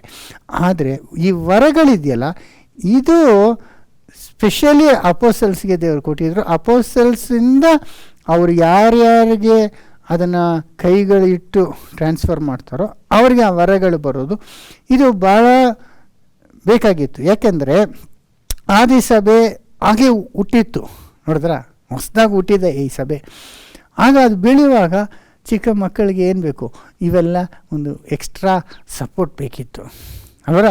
ಆಗ ಮುಖ್ಯವಾಗಿ ನೋಡಿ, ಹೊಸ ಒಡಂಬಡಿಕೆ ಇರಲಿಲ್ಲ, ಇನ್ನು ಪೂರ್ಣವಾದ ಜ್ಞಾನ ಇನ್ನು ಬಂದಿರಲಿಲ್ಲ. ಅಪೊಸ್ತಲ ಮೂಲಕ ಒಬ್ಬೊಬ್ಬರಿಗೂ ಮೂಲಕ ಕೆಲವೊಂದೊಂದೇ ಪುಸ್ತಕಗಳನ್ನ ಬರೆಸ್ತಿದ್ದಾರೆ. ಯೇಸು ಸ್ವಾಮಿಯ ಒಂದು ಜೀವನ ಚರಿತ್ರೆ ಕೂಡ ನೋಡಿ, ಈ 4 ಸುವಾರ್ತೆಗಳಲ್ಲಿ ಒಬ್ಬೊಬ್ಬರೇ ಬರೀತಿದ್ದಾರೆ. ಇನ್ನು ಬರೆದಿರಲಿಲ್ಲ ಆಗ ಸ್ಟಾರ್ಟಿಂಗಲ್ಲಿ, ಆಮೇಲೆ ಅದು ಸ್ವಲ್ಪ ಕ್ರಮೇಣ ಬರೆಯಲ್ಪಡ್ತು. ಸೊ ಏನೇನಾಯಿತು ಅನ್ನೋದೆಲ್ಲ ಕ್ಲಿಯರಾಗಿ ಬ್ಲ್ಯಾಕ್ ಆ್ಯಂಡ್ ವೈಟಲ್ಲಿ ದೇವರು ಬರೆಸಿದ್ರು. ಆಮೇಲೆ ಅಪೊಸ್ತಲ ಪೌಲ್ಗೆ ಕೊಟ್ಟ ಜ್ಞಾನದ ಮೂಲಕ ಆತನು ಅನೇಕ ವಿಷಯಗಳು ಸಭೆಗೆ ಬೇಕಾದದ್ದು ಅವರು ಬರಿತಾ ಬಂದರು. ಯೇಸು ಸ್ವಾಮಿ ಹೇಳಿದ, ನಾನು ಹೋಗಿ ಪರಿಶುದ್ಧಾತ್ಮ ಕಳಿಸಿದಾಗ ಪರಿಶುದ್ಧಾತ್ಮ ಸಕಲ ಸತ್ಯದೊಳಗೆ ನಿಮ್ಮನ್ನು ನಡೆಸುತ್ತಾನೆ. ಹಂಗೆ ಇವರಿಗೆ ಗೊತ್ತಾದಂಥ ಸತ್ಯನೆಲ್ಲ ಇವರು ಬರ್ಕೊಂಡು ಬಂದರು. ಪೇತ್ರರು ಬರೆದ್ರು, ಆಮೇಲೆ ಯಾಕೋಬ ಬರೆದ್ರು. ಈ ಥರ ಎಲ್ಲ ಅನೇಕರ ಮೂಲಕ ವಾಕ್ಯ ಸಂಪೂರ್ಣವಾದಂಥ ಸತ್ಯ ಅದು ದೇವ್ರು ಕೊಡ್ತಾ ಬಂದರು ಆದಿ ಸಭೆಯಲ್ಲಿ. ಆದ್ದರಿಂದ ಅದಾಗೋ ತನಕ ಅವರಿಗೆ ಈ ಥರ ಬೇರೆ ವರಗಳ ಸಪೋರ್ಟು ಬೇಕಿತ್ತು. ಅದು ಭಾಳ ಮುಖ್ಯವಾಗಿತ್ತು ಅವ್ರಿಗೆ. ಯಾಕೆಂದರೆ ನಮಗಾದ್ರೂ ಈಗ ಹೊಸ ಒಡಂಬಡಿಕೆ ಇದೆ, ಏನು ನಮಗೆ ಬೇಕಂದ್ರೆ ತಿಳ್ಕೊಬೋದು. ಆದರೆ ಅವರಿಗೆ ಇರಲಿಲ್ಲ. ಆಗ ದೇವರು ಈ ಒಂದು ವರಗಳನ್ನು ಕೊಟ್ಟಿದ್ದರು. ಇದು ಕ್ರಮೇಣ ಇದು ಕಂಟಿನ್ಯೂ ಆಗಲ್ಲ, ಸ್ಟಾಪ್ ಆಗಿಬಿಡುತ್ತೆ ಅಂತ ಕೂಡ ಬೈಬಲ್ನಲ್ಲಿ ಪೌಲೇ ಹೇಳಿದರು. ಪೌಲ್ ಎಲ್ಲರಿಗಿಂತ ಹೆಚ್ಚಾಗಿ ಅನ್ಯ ಭಾಷೆ ಮಾತಾಡೋಕ್ಕೆ ವರವನ್ನು ಪಡ್ಕೊಂಡಿದ್ರು. ಎಲ್ಲ ವರಗಳು ಪೌಲಿಗೆ ಜಾಸ್ತಿ ಕೊಟ್ಟಿದ್ರು ದೇವರು. ಯಾಕಂದರೆ ವಿಶೇಷವಾಗಿ ಅನ್ಯರಿಗಾಗಿ ಆತನು ಆರಿಸಿಕೊಳ್ಪಟ್ಟಂಥ ಒಂದು ಪಾತ್ರೆ ಆದಿದ್ದರಿಂದ ಆತನಿಗೆ ಭಾಳ ಬಲ ಕೊಟ್ಟಿದ್ರು. ಆದರೆ ಆ ವರಗಳು ಶಾಶ್ವತವಾಗಿ ಇರುವುದಿಲ್ಲ ಅಂತ ಹೇಳ್ಬಿಟ್ರು ಪೌಲೆ. ನೋಡಿ, ಇದನ್ನು 1 ಕೊರಿಂಥಿಯ 13ನೇ ಅಧ್ಯಾಯ 8ರಿಂದ ಓದ್ಕೊಂಬನಿ. ಪ್ರೀತಿಯು ಎಂದಿಗೂ ಬಿದ್ದು ಹೋಗುವುದಿಲ್ಲ, ಪ್ರವಾದನೆಗಳಾದರೂ ಇಲ್ಲದಂತಾಗುವವು, ವಾಣಿಗಳು ನಿಂತು ಹೋಗುವವು, ವಿದ್ಯೆಯು ಇಲ್ಲದಂತಾಗುವುದು. ಏನ್ರಿ ಹೆಂಗೆ ಹೇಳ್ಬಿಟ್ರು? ಪ್ರವಾದನೆಗಳು ಹೋಗ್ಬಿಡುತ್ತಂತೆ, ನಿಲ್ಲೋದಿಲ್ಲ. ವಾಣಿಗಳು ಹೋಗ್ಬಿಡುತ್ತೆ ಅಲ್ವರ. ಭಾಷೆ ನಾಡುವಂಥದ್ದು ನಿಂತು ಹೋಗ್ತದೆ ಅಂತಾರೆ. ಇನ್ನೊಂದ್ಸತಿ ಓದಿ. ಪ್ರೀತಿಯು ಎಂದಿಗೂ ಬಿದ್ದು ಹೋಗುವುದಿಲ್ಲ, ಪ್ರವಾದನೆಗಳಾದರೂ ಇಲ್ಲದಂತಾಗುವವು, ನೋಡಿದ್ರ, ವಾಣಿಗಳು ನಿಂತು ಹೋಗುವವು, ವಿದ್ಯೆಯು ಇಲ್ಲದಂತಾಗುವುದು. ನೋಡಿದ್ರ, ವಾಣಿ ಅಂದರೆ ಅದನ್ನೇ ಇಂಗ್ಲೀಷ್ನಲ್ಲಿ ಟಂಗ್ಸ್ ಅಂತಾರೆ, ಮಾತಾಡುವಂಥ ಶಕ್ತಿ. ಪ್ರಾಫೆಸಿ, ಟಂಗ್ಸು, ನಾಲೆಜ್ ಅಂದರು. ಅಂದರೆ ಇದೇನಂದರೆ ಪ್ರಾಫೆಸಿ ಅಂದರೆ ಅವ್ರಿಗೆ ಇನ್ನು ಫ್ಯೂಚರಲ್ಲಿ ನಡೆಯೋದನ್ನ ಅವ್ರಿಗೆ ಗೊತ್ತಾಗ್ತಿತ್ತು. ಅವ್ರು ಹೇಳ್ತಾಯಿದ್ರು, ಹಿಂಗೆ ಆಗುತ್ತೆ, ಬರೋ ವರ್ಷ ಈ ರೀತಿ ಆಗುತ್ತೆ, ಈ ರೀತಿ ಬರಗಾಲ ಬರ್ತದೆ, ಈ ರೀತಿ ನೀವು ಮಾಡಿದ್ರೆ ನಿಮಗೆ ಈ ಥರ ಆಗುತ್ತೆ, ಇದೆಲ್ಲ ಹೇಳ್ತಿದ್ರು. ಅವ್ರು ಗೊತ್ತಾಗ್ತಾಯಿತ್ತು ಮುಂಚೆ. ನೋಡಿದ್ರ, ಆ ವರಗಳು ಇಲ್ಲದಂತ ಆಗುತ್ತೆ. ಆಮೇಲೆ ವಾಣಿಗಳು ಅನ್ನುವಾಗ ಮಾತಾಡ್ತಿದ್ರು. ಅವ್ರು ಗೊತ್ತಿಲ್ಲದಿರೋ ಭಾಷೆಯಲ್ಲಿ ಸಡನ್ನಾಗಿ ಮಾತಾಡೋರು, ಬೇರೆ ಬೇರೆ ಭಾಷೆ. ಅಂದರೆ ಇದು ಏನೂ ಇಲ್ದಿರೋಂಥದ್ದಲ್ಲ, ಏನೋ ಬಾಯಿನಲ್ಲಿ ಬಂದಿದ್ದೆಲ್ಲ ಹೇಳೋದಂತಾರಲ್ಲ, ಬೇರೆ ಭಾಷೆ. ಅದಕ್ಕೆ ಅಪೊಸ್ತಲ 2ನೇ ಅಧ್ಯಾಯ ನೋಡುವಾಗ ಅವ್ರು ಮೊದಲನೇ ಸತಿ ಮಾತಾಡಿದಾಗ 17 ಬೇರೆ ಬೇರೆ ದೇಶಸ್ಥರು ನಾವು ಮಾತಾಡೋಂಥ ಭಾಷೆ ಇವ್ರು ಹೆಂಗೆ ಮಾತಾಡ್ತಿದ್ರು ಅಂದರು. ಸೊ ಭಾಷೆ ಆ ರೀತಿ ಇತ್ತು, ಅದು ಬೇಕಾಗಿತ್ತು. ಯಾಕಂದರೆ ಅಪೊಸ್ತಲರು ಎಲ್ಲ ಕಡೆ ಅವರು ಸುವಾರ್ತೆಯನ್ನು ಹೋಗಿ ಸಾರಬೇಕಂದ್ರೆ ಅವ್ರಿಗೆ ಆ ಭಾಷೆ ಕಲ್ತ್ಕೊಂಡು ಅವ್ರು ಹೇಳೋವಂಥ ಟೈಮ್ ಇರಲಿಲ್ಲ. ಅದರಿಂದ ಅವ್ರಿಗೆ ಆ ಭಾಷೆ ಮಾತಾಡೋಂಥ ಒಂದು ಶಕ್ತಿನ ಕೊಟ್ಟಿದ್ದರು. ಆಮೇಲೆ ನಾಲೆಡ್ಜ್, ಮೂರನೇದು ಜ್ಞಾನ, ತಿಳುವಳಿಕೆ ಅನ್ನೋದು. ಆಗ ನಾನು ಹೇಳಿದಾಗೆ ಹೊಸ ಒಡಂಬಡಿಕೆ ಇರಲಿಲ್ಲ. ಆಗ ದೇವರು ಹೊಸ ಹೊಸ ವಿಷಯಗಳನ್ನ ಅನೇಕರ ಮೂಲಕ ಕೊಡ್ತಿದ್ರು. ಅವ್ರಿಗೆ ಆ ಒಂದು ಜ್ಞಾನೋದಯ ಆಗೋದು, ಸಡನ್ನಾಗಿ ಅವ್ರಿಗೆ ಎಷ್ಟೋ ವಿಷಯಗಳು ಅವ್ರಿಗೆ ದೇವರು ಪರಿಶುದ್ಧಾತ್ಮ ಮುಖಾಂತರ ತಿಳ್ಕೊಳ್ಳುವಂತೆ ದೇವರು ಆ ರೀತಿ ಕೊಡ್ತಿದ್ರು. ಒಂದು ಸೂಪರ್ ನ್ಯಾಚುರಲ್ ನಾಲೆಜು ಕೊಡ್ತಿದ್ರು. ಸೊ ಇದೆಲ್ಲ ಇತ್ತು, ಆದರೆ ಇಲ್ಲದಂತ ಆಗುವುದು ಅಂತ ಹೇಳ್ತಿದ್ದಾರೆ ಇಲ್ಲಿ. ಇನ್ನೊಂದ್ಸತಿ ಓದಿ.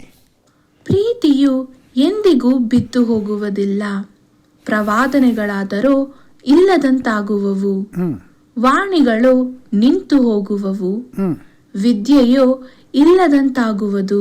ನೋಡಿದ್ರ ಅಂತ ಹೇಳಿ ಆಮೇಲೆ ಅಪೂರ್ಣವಾಗಿ ತಿಳಿಕೊಳ್ಳುತ್ತೇವೆ, ಅಪೂರ್ಣವಾಗಿ ಪ್ರವಾದಿಸುತ್ತೇವೆ. ನೋಡಿದ್ರೆ ಈಗ ನಾವು ಅಪೂರ್ಣವಾಗಿದ್ದೇವೆ. ಅದರಿಂದ ನಮಗೆ ಸ್ವಲ್ಪ ಸ್ವಲ್ಪ ದೇವರು ಜ್ಞಾನ ಕೊಡ್ತಾ ಇದ್ದಾರೆ. ಅಪೂರ್ಣವಾಗಿ ನಾವು ಪ್ರವಾದನೆಯನ್ನು ಹೇಳ್ತಿದ್ದೇವೆ. ಸಂಪೂರ್ಣ ನಮಗೆ ಪ್ರವಾದನೆಗಳೆಲ್ಲ ಗೊತ್ತಿಲ್ಲ. ಆಗ ನೋಡಿ, ಹೊಸ ಒಡಂಬಡಿಕೆ ಇನ್ನೂ ಈಗ ಕೊಟ್ಟಿರಲಿಲ್ಲ. ಆಗ ಸ್ವಲ್ಪ ಸ್ವಲ್ಪ ಗೊತ್ತಿದೆ, ಅದಕ್ಕೆ ದೇವರಿನ ಕೊಡ್ತಾ ಬರ್ತಾರೆ. ಆದರೆ ಎಲ್ಲವನ್ನು ಕೊಟ್ಟ ನಂತರ, ಸಂಪೂರ್ಣವಾದದ್ದು ಬಂದ ನಂತರ ಈ ಅಪೂರ್ವವಾದದ್ದು ನಿಂತು ಹೋಗುವುದು ಅಂತಾರೆ. ಇನ್ನೊಂದ್ಸತಿ ಓದಿ. ಅಪೂರ್ಣವಾಗಿ ತಿಳಿಕೊಳ್ಳುತ್ತೇವೆ, ಅಪೂರ್ಣವಾಗಿ ಪ್ರವಾದಿಸುತ್ತೇವೆ. ಆದರೆ ಸಂಪೂರ್ಣವಾದದ್ದು ಬಂದಾಗ ಅಪೂರ್ಣವಾದದ್ದು ಇಲ್ಲದಂತಾಗುವುದು. ನೋಡಿದ್ರ, ಸಂಪೂರ್ಣವಾದದ್ದು ಬಂದಾಗ ಅಂದರೆ ಸತ್ಯವೇದದ ಸಂಪೂರ್ಣ ಜ್ಞಾನ, ದೇವರು ಸಂಪೂರ್ಣವಾಗಿ ನೋಡ್ತಾರೆ. ಪೌಲ್ ಮುಖಾಂತರ 14 ಪತ್ರಿಕೆಗಳು ಕೊಟ್ಟಿದ್ದಾರೆ. ಅಂದರೆ ಎಷ್ಟು ವಿಷಯ ಹೇಳಿದ್ದಾರೆ ಪೌಲು. ಪೇತರು ಮಾತಾಡಿದ್ದಾರೆ. ಅದೇ ರೀತಿ ಮತ್ತಿಯು, ಮಾರ್ಕು, ಲೂಕು, ಯೋಹಾನು, ಹಲವರ. ಆಮೇಲೆ ಎಲ್ಲ ನಮಗೆ ಬೇಕಾದಂಥ ಫ್ಯೂಚರ್ ಬಗ್ಗೆ, ಸತ್ತ ನಂತರ ಲೋಕ ಅಂತ್ಯದ ಬಗ್ಗೆ, ಅಂತ್ಯದ ನಂತರ ಏನಾಗುತ್ತೆ, ದೇವರ ರಾಜ್ಯದಲ್ಲಿ ಏನಾಗುತ್ತೆ, ಎಲ್ಲ ನಮಗೆ ಪ್ರವಾದನೆಗಳು ಕೊಟ್ಬಿಟ್ರಲ್ಲ. ಆಗ ಸಂಪೂರ್ಣವಾಗಿ ನಮಗೆ ಬರೆಸಿ ದೇವರು ಮುಗಿಸ್ಬಿಟ್ರು. ಅಷ್ಟರೊಳಗೆ ಏನಾಯಿತು, ಅಪೂರ್ವವಾದದ್ದು ಅಂದರೆ ಇಂಪರ್ಫೆಕ್ಟ್ ಆಗಿರೋಂಥದ್ದು, ಅಂದರೆ ಸ್ವಲ್ಪ ಸ್ವಲ್ಪ ಇದ್ದಂಥ ಅಲ್ಪವಾದಂಥ ಈ ವರಗಳ ಮೂಲಕ ಪಡ್ಕೊಳ್ಳೋಂಥದ್ದು ಹಂಗೆ ಕ್ರಮೇಣ ನಿಂತೋಯ್ತು.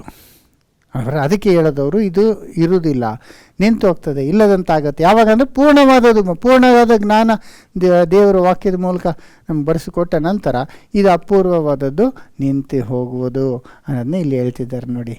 ಆಮೇಲೆ, ನಾನು ಬಾಲಕನಾಗಿದ್ದಾಗ ಬಾಲಕನ ಮಾತುಗಳನ್ನಾಡಿದೆನು, ಬಾಲಕನ ಸುಖ ದುಃಖಗಳನ್ನು ಅನುಭವಿಸಿದೆನು, ಬಾಲಕನ ಆಲೋಚನೆಗಳನ್ನು ಮಾಡಿಕೊಂಡೆನು, ಪ್ರಾಯಸ್ಥನಾದ ಮೇಲೆ ಬಾಲ್ಯದವುಗಳನ್ನು ಬಿಟ್ಟು ಬಿಟ್ಟೆನು. ನೋಡಿ, ನಾನು ಅವಾಗಲೇ ಹೇಳಿದ್ನಲ್ಲ, ಸಭೆ ಅವಾಗ ಬಾಲಕನಾಗಿತ್ತಂದ್ರೆ ಆಗ ಹುಟ್ಟಿತ್ತು. ಆಗ ಬಂದವರೆಲ್ಲ ಆಗ ಕ್ರಿಶ್ಚಿಯನ್ಸ್ ಆಗಿದ್ದಾರೆ.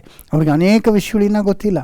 ಅದರಿಂದ ಅವರಿಗೆ ಬಾಲ್ಯದವರಿಗೆ ಬೇಕಾದಂಥ ಕೆಲವೊಂದು ವಸ್ತುಗಳು ಬೇಕಾಗಿತ್ತು, ಸಪೋರ್ಟ್ ಬೇಕಾಗಿತ್ತು. ಈಗ ಚಿಕ್ಕ ಮಕ್ಕಳಿಗೆ ನಿಂತ್ಕೊಳ್ಳೋಕ್ಕಾಗೋದಿಲ್ಲ, ಅವ್ರಿಗೆ ಸಪೋರ್ಟ್ ಬೇಕು.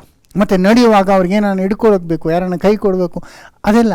ಆದರೆ ಪ್ರಾಯಸ್ಥರಾದಮೇಲೆ ಅವ್ರಿಗೆ ಸಪೋರ್ಟ್ ಬೇಕಾಗೋದಿಲ್ಲ. ಹಾಗೆ ಈ ಪರಿಶುದ್ಧಾತ್ಮದ ವರಗಳಿತ್ತಲ್ಲ, ಈ 9 ವರಗಳು, ಇದೆಲ್ಲ ಆದಿಸಭೆಗೆ ದೇವರು ಇನ್ನು ಬಾಲ್ಯ ಸ್ಥಿತಿಯಲ್ಲಿದ್ದಾಗ ಕೊಟ್ಟಂಥ ಈ ಸಪೋರ್ಟ್ಗಳು. ಆದರೆ ಬರ್ತಾ ಬರ್ತಾ ಸಭೆ ವಿಶ್ವಾಸದಲ್ಲಿ, ನಂಬಿಕೆಯಲ್ಲಿ, ಪ್ರೀತಿಯಲ್ಲಿ ಸ್ಥಿರಪಟ್ಟ ನಂತರ ಇದು ಕ್ರಮೇಣ ದೇವರು ನಿಲ್ಲಿಸ್ಬಿಟ್ರು. ಅದನ್ನೇ ಇಲ್ಲಿ ಹೇಳ್ತಿದ್ದಾರೆ ನೋಡಿ. ಒಂದ್ಸತಿ ಓದಿ 11ನೇ ವಚನ.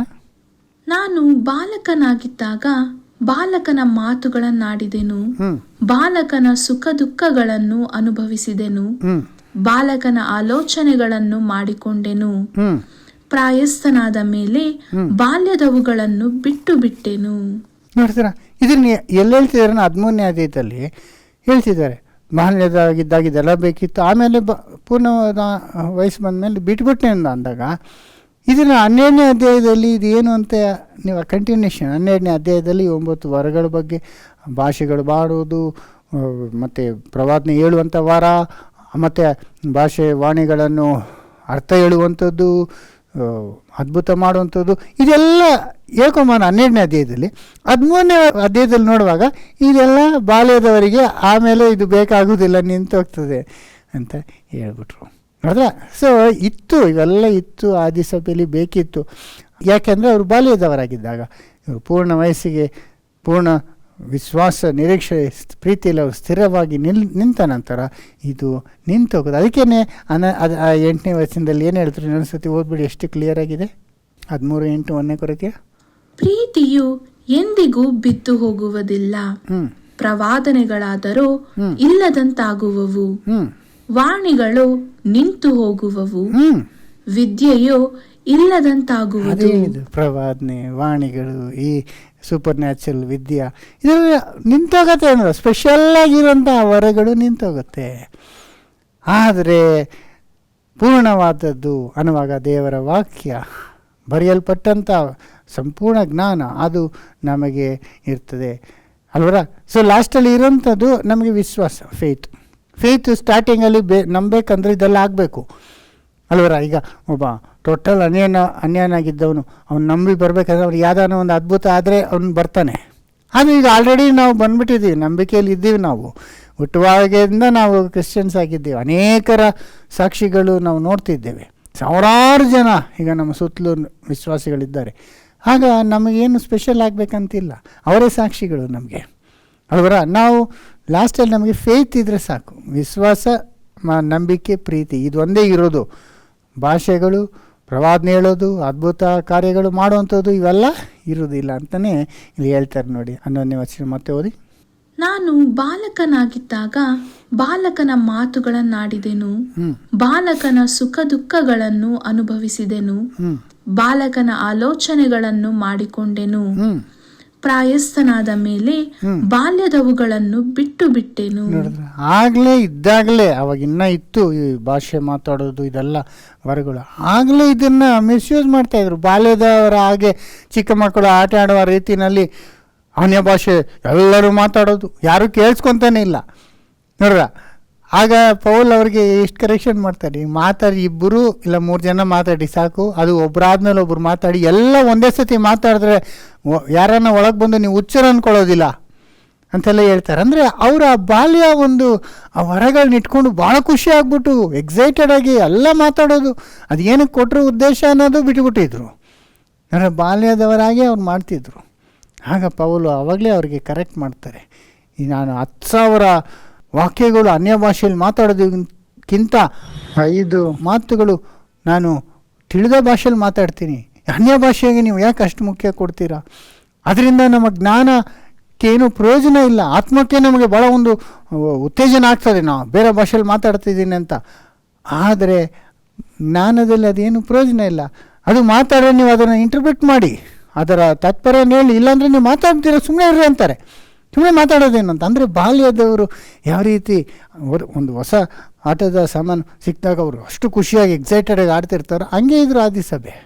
ಅರೆ ಬರ್ತಾ ಬರ್ತಾ ಬರ್ತಾ ದೇವರು ಜ್ಞಾನವನ್ನು ಸಂಪೂರ್ಣ ತಿಳುವಳಿಕೆಯನ್ನು ಅವರಿಗೆ ಕೊಟ್ಟ ನಂತರ ಈ ವರಗಳನ್ನ ನಿಲ್ಲಿಸ್ಕೊಂಡು ಬಂದರು ಟೋಟಲಾಗಿ.